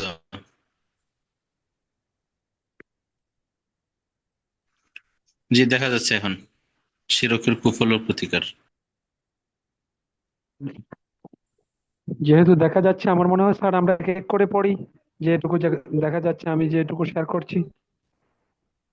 হ্যাঁ, তাহলে শিরিক মুক্তের কৌশল ও প্রতিকার এই বক্তব্যটি কি এখন, হ্যাঁ এখন কি দেখা যাচ্ছে? হ্যাঁ, তাহলে এই বক্তব্যটি আমরা সবাই বলবো। উপস্থিত সম্মানিত সভাপতি, দক্ষ উপস্থাপক, বিজ্ঞ বিচার মন্ডলী, আমরা বলে শুরু করব, এরপর এই বক্তব্যটি সবাই আমরা বলবো। পরম শ্রদ্ধেয় শিক্ষক মন্ডলী, বিদগ্ধ উপস্থাপক ও সংগ্রামী ভাইরা, আকাশে ঘন কালোর মেঘের আড়ালে অনেক সময় সূর্যের কিরণ ঢাকা পড়ে যায়। মনে হয় হয়তো সূর্যের মুখ আর দেখা যাবে না, কিন্তু সময়ের ব্যবধানে নিকষ কালো মেঘের বুক ছিঁড়ে আলো ঝলমল সূর্যের মতো বের হয়ে আসে। ঠিক তেমনি বর্তমান সমাজের দিকে তাকালে দেখা যাবে শিরকের কালিমা ইসলামের স্বচ্ছ আসমানকে ঘিরে ফেলেছে, যার কারণে কোন কাজটি প্রাকৃত আমল এবং কোন কাজটা শিরকের অন্তর্ভুক্ত তা পার্থক্য করাটাই অনেক মানুষের জন্য কঠিন হয়ে গিয়েছে। প্রিয় উপস্থিতি, আজকের নির্ধারিত বিষয় শিরকের কুফল ও প্রতিকার, এর উপরে কিছু প্রয়োজনীয় কিছু আলোচনা করতে চাই। অমা তৌফিকি ইল্লা বিল্লাহ। প্রিয় উপস্থিতি, আর শিরিক শব্দের অর্থ অংশীদার সাব্যস্ত করা, একাধিক সত্তা বা উপাসনায় বিশ্বাস করা। ইসলামী পরিভাষায় মহান আল্লাহ তাআলার সঙ্গে কোনো ব্যক্তি বা বস্তুকে শিরিক করা কিংবা তার সমতুল্য মনে করাকে শিরিক বলা হয়। আর যে ব্যক্তি শিরিক করে তাকে মুশরিক বলা হয়। শিরিক হলো তাওহীদের বিপরীত। মহান আল্লাহ তাআলা স্বয়ং শিরিকের ধারণা খণ্ডন করেছেন পবিত্র কোরআনের বিভিন্ন জায়গায়। অন্যত্র আল্লাহ তাআলা বলেন, কোনো কিছুই তার সাদৃশ্য নয়। সূরা আশুরা 11 নম্বর আয়াতে আল্লাহ তাআলা এ কথা বলেছেন। আল কোরআনে আরো বলা হয়েছে, যদি সেখানে আসমান ও জমিনে আল্লাহ তাআলা ব্যতীত অন্য কোনো ইলাহ থাকতো, তাহলে উভয় ধ্বংস হয়ে যেত। সূরা আম্বিয়া 22 নম্বরে আল্লাহ তাআলা এই কথা বলেছেন। আল কোরআনে এসব আয়াত দ্বারা স্পষ্টভাবে আল্লাহ তাআলার সত্তা, গুণে অতুলনীয়তার বিষয়টি বোঝা যায়। সুতরাং আল্লাহ তাআলার সঙ্গে কাউকে অংশীদার করা নিঃসন্দেহে শিরিক ও জঘন্য অপরাধ। আল্লাহ তাআলা সঙ্গে শিরিক 4 ধরনের হতে পারে। এখানে আমরা এই কথাটিকে একটু জোর দিয়ে বলবো। আল্লাহ তাআলার সঙ্গে শিরিক 4 ধরনের হতে পারে। 1 নাম্বার, আল্লাহ তাআলার সত্তা ও অস্তিত্বে শিরিক করা। 2 নাম্বার, আল্লাহ তাআলার গুণাবলীতে শিরিক করা। 3 নাম্বার, সৃষ্টি জগতের পরিচালনায় কাউকে আল্লাহর অংশীদার বানানো। ইবাদতের ক্ষেত্রে আল্লাহর অংশীদার করা। এভাবে আমরা 4টি পয়েন্ট বলবো। 1 নাম্বারে আল্লাহ তাআলার সত্তা ও অস্তিত্বে শিরিক করা। 2 নাম্বার, আল্লাহ তাআলার গুণাবলীতে শিরিক করা। 3 নাম্বার, সৃষ্টি জগতের পরিচালনায় কাউকে আল্লাহর অংশীদার বানানো। 4 নাম্বার, ইবাদতের ক্ষেত্রে আল্লাহ তাআলার সঙ্গে কাউকে অংশীদার করা, শিরিক করা। প্রিয় উপস্থিতি, শিরিক অত্যন্ত জঘন্য অপরাধ। পৃথিবীর সকল প্রকার জুলুমের মধ্যে সবচেয়ে বড় জুলুম, আল্লাহ তাআলা বলেন, নিশ্চয়ই শিরিক চরম জুলুম। সূরা লোকমান 13 নম্বর আয়াতে আল্লাহ তাআলা এই কথা বলেছেন। বস্তুত আল্লাহ তাআলাই আমাদের স্রষ্টা ও পালনকর্তা। তার প্রদত্ত নিয়ামতই আমরা ভোগ করি। এরপরে যদি কেউ আল্লাহ তাআলার সঙ্গে শিরিক স্থাপন করে, তবে তা অপেক্ষা বড় জুলুম আর কি হতে পারে? মহান আল্লাহ তাআলা মুশরিকদের প্রতি খুবই অসন্তুষ্ট। তিনি পরম করুণাময়, অসীম দয়ালু হওয়া সত্ত্বেও শিরিকের অপরাধ ক্ষমা করবেন না। আল কোরআনে বলা হয়েছে, নিশ্চয়ই আল্লাহ তাআলার সঙ্গে শিরিক নিশ্চয়ই আল্লাহ তাআলার সঙ্গে শিরিক করার অপরাধ ক্ষমা করবেন না। এতদা ব্যতীত যে কোনো পাপ যাকে ইচ্ছা ক্ষমা করবেন। সূরা নিসা 48 নম্বর আয়াতে আল্লাহ তাআলা এই কথা বলেছেন। অন্যত্র বলা হয়েছে, নিশ্চয়ই যে ব্যক্তি আল্লাহর সঙ্গে শিরিক স্থাপন করে, আল্লাহ তাআলা তার জন্য জান্নাত হারাম করে দেন এবং তার বাসস্থান হয় জাহান্নাম। অত্যাচারীদের কোনো সাহায্যকারী নেই। সূরা মাইদা 72 নম্বরে আল্লাহ তাআলা এই কথা বলেছেন। প্রিয় উপস্থিতি, প্রকৃতপক্ষে শিরিক ক্ষমার অযোগ্য অপরাধ। প্রকৃতপক্ষেই শিরিক ক্ষমার অযোগ্য অপরাধ। এইরূপ কাজ থেকে সকলকেই সর্বদা সতর্ক থাকতে হবে। ভুল ক্রমে আল্লাহ তাআলার সঙ্গে শিরিক করে ফেললে পুনরায় ঈমান আনতে হবে। অতঃপর বিশুদ্ধ অন্তরে তওবা করে আল্লাহর নিকট ক্ষমা প্রার্থনা করতে হবে। সঙ্গে সঙ্গে ভবিষ্যতে এরূপ পাপ না করার দৃঢ় শপথ গ্রহণ করতে হবে। তাহলেই আশা করা যায় আল্লাহ তাআলা স্বীয় দয়া ও করুণার মাধ্যমে পাপ ক্ষমা করে দিবেন। তাই আসুন আমরা সকলে মিলে শিরিক থেকে বেঁচে থেকে সুদৃঢ় ঈমান এনে আল্লাহর প্রিয় প্রাপ্ত হওয়ার ব্রত গ্রহণ করি। তাহলে এই বক্তব্যটিকে আমরা পাঠ করব যে আমরা কি, হ্যাঁ সাউন্ড কি ঠিক আছে? হ্যাঁ সাউন্ড কি ঠিক আছে? জি, সাউন্ড কি বোঝা যাচ্ছে? হ্যাঁ জি জি জি ঠিক আছে। আচ্ছা, তাহলে তাহলে এই বক্তব্যটি আমরা এখন বলবো, অর্থাৎ এই বক্তব্যটি পাঠ করার এই যে এতক্ষণ যাবত প্রায় 1 ঘন্টা যাবত যে আমরা নিয়মাবলী দেখেছি, এখন আমাদেরকে এই নিয়মাবলী এই বক্তব্যের মাঝে প্রয়োগ করতে হবে।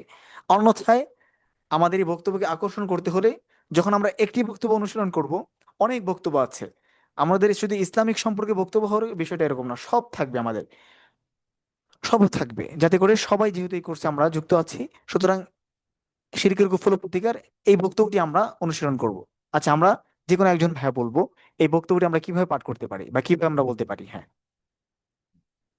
হ্যাঁ হ্যাঁ বলি।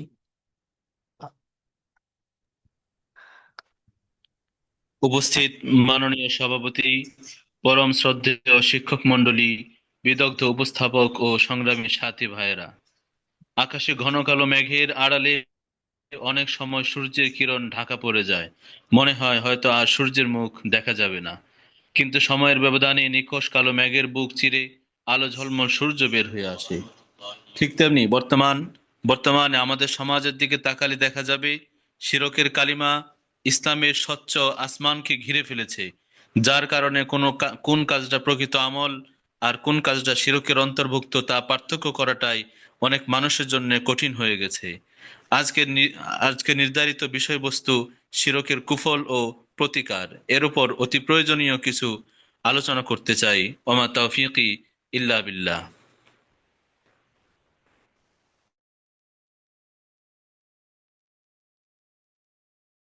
শিরিক হবে, এখানে টাইপে ত্রুটি আছে। হ্যাঁ মহান আল্লাহর সঙ্গে, জি, শিরিক শব্দের অর্থ অংশীদার সাব্যস্ত করা, একাধিক স্রষ্টা বা উপাস্যে বিশ্বাস করা। ইসলামী পরিভাষায় মহান আল্লাহর সঙ্গে কোনো ব্যক্তি বা বস্তুকে শরীক করা কিংবা তার সমতুল্য মনে করাকে শিরক বলা হয়। আর যে ব্যক্তি শিরক করে তাকে মুশরিক বলা হয়। শিরিক হলো তাওহীদের বিপরীত। আল্লাহ তাআলা স্বয়ং শিরকের ধারণা খণ্ডন করেছেন পবিত্র কোরআনে বিভিন্ন জায়গায়। অন্যত্র আল্লাহ তাআলা বলেন, কোনো কিছুই তার সাদৃশ্য নয়। সূরা শুরা 11। আল কোরআনে আরো বলা হয়, যদি সেখানে আসেনি আল্লাহ ব্যতীত অন্য কোনো ইলাহ থাকতো, উভয় ধ্বংস হয়ে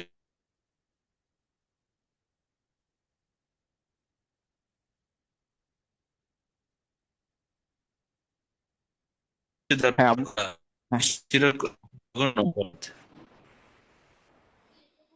হ্যাঁ আপনার ক্লিয়ার আওয়াজটি, আসে না ভাই। আপনার আওয়াজটি বন্ধ হয়ে যাচ্ছে। হ্যাঁ হ্যাঁ হ্যাঁ বলার চেষ্টা করবো। হ্যাঁ মুস্তাফিজুর রহমান ভাই। হ্যাঁ আচ্ছা, আপনি কি আমাদেরকে শুনতে পাচ্ছেন? হ্যাঁ মুস্তাফিজুর রহমান ভাই, হ্যাঁ আপনার আওয়াজটি হয়তো বা কেটে গিয়েছে। আচ্ছা অন্য কেউ কি বলবো? আচ্ছা, আমরা এখান থেকে জি আরেকজন, ওস্তাদ, জি। আচ্ছা ঠিক আছে, হ্যাঁ এখন বলবো, এখান থেকে বলবো। হ্যাঁ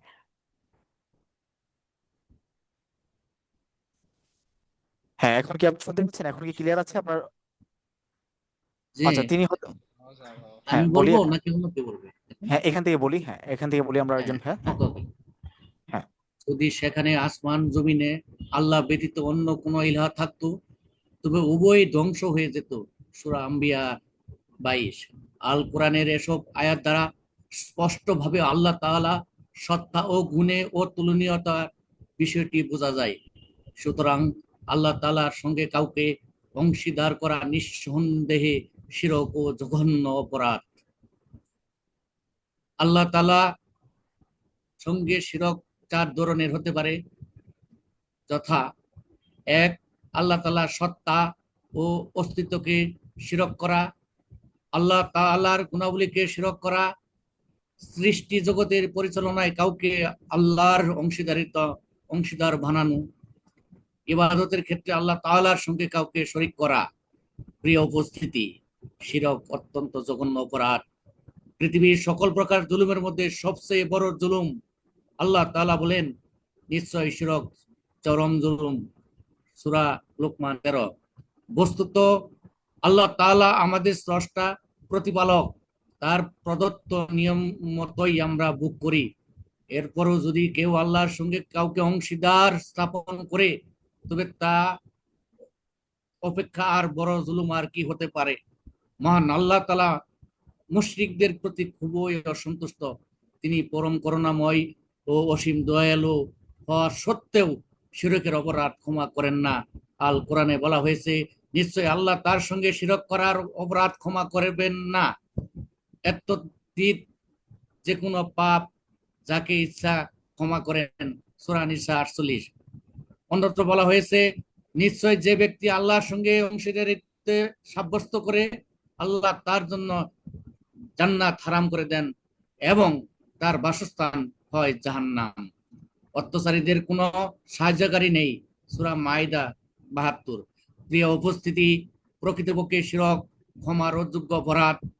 এরূপ কাজ থেকে সকলকেই সর্বদা সতর্ক থাকতে হবে। ভুলক্রমে আল্লাহ তাআলার সঙ্গে শিরক করে ফেললে পুনরায় ঈমান আনতে হবে। অতঃপর বিশুদ্ধ অন্তরে তওবা করে আল্লাহর নিকট ক্ষমা প্রার্থনা করতে হবে। সঙ্গে সঙ্গে ভবিষ্যতের এরূপ পাপ না করার শপথ গ্রহণ করতে হবে। তাহলে আশা করা যায় আল্লাহ তাআলা স্বীয় দয়া ও করুণার মাধ্যমে পাপ ক্ষমা করে দিতে পারেন। তাই আসুন আমরা সকলে মিলে শিরককে বেঁচে থেকে সুদৃঢ় ঈমান এনে আল্লাহর প্রিয় পাত্র হওয়ার ব্রত গ্রহণ করি।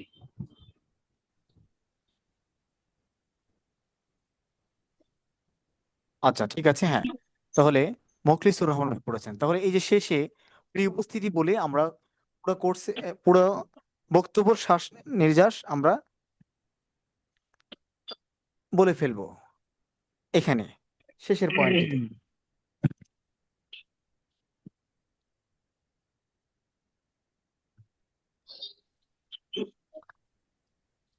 আচ্ছা, ঠিক আছে, প্রিয় তাহলে আমরা উপস্থিতি, হ্যাঁ হ্যাঁ হ্যাঁ বলি, ঠিক আছে। প্রকৃতপক্ষে ক্ষমার অযোগ্য অপরাধ।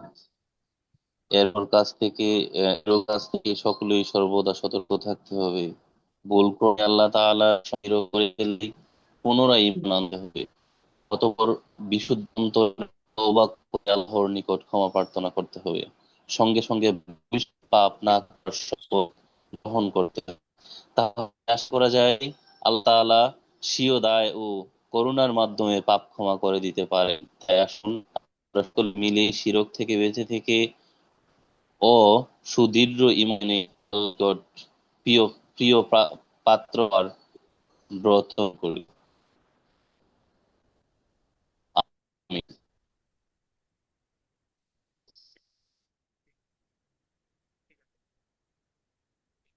এই বক্তব্যটি আর কেউ বলার জন্য আগ্রহী ছিল? আমার মাথায় আজকে ক্লাসটি যেহেতু দীর্ঘ হয়েছে, আমরা সামনের ক্লাসটিতে এই বক্তব্যটি আমরা সবার থেকে শ্রবণ করা হবে, সবাই বলবে এক এক করে। সাউন্ড বোঝা যায় না স্যার। আচ্ছা, ঠিক আছে। আসতেছে। উস্তাদের সাউন্ড আসছে না। হ্যাঁ, সাউন্ডটি কি এখন আসছে? হ্যাঁ, সাউন্ডটি কি এখন আসছে কিনা বলি আপনার?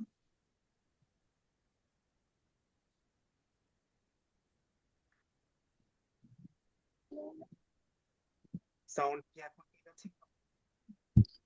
না স্যার, এখনো ঠিক হয়নি। আচ্ছা, ঠিক আছে, তাহলে সাউন্ড হয়তো বা যেহেতু অনেক দীর্ঘ সময় হয়ে গেছে, তাহলে আমরা আজকের ক্লাসটি বক্তব্যের যে পরামর্শ আছে এই বিষয়গুলো আমরা লক্ষ্য করব, এবং হলো আমাদের এই বক্তব্যটি সবার আমাদেরকে মুখস্থ করতে হবে। ঠিক আছে, সবাই ভালো থাকবো, সুস্থ থাকবো। আজকের ক্লাসটি এখানে সমাপ্ত হচ্ছে। সামনের ক্লাসে আবার দেখা হচ্ছে। আচ্ছা।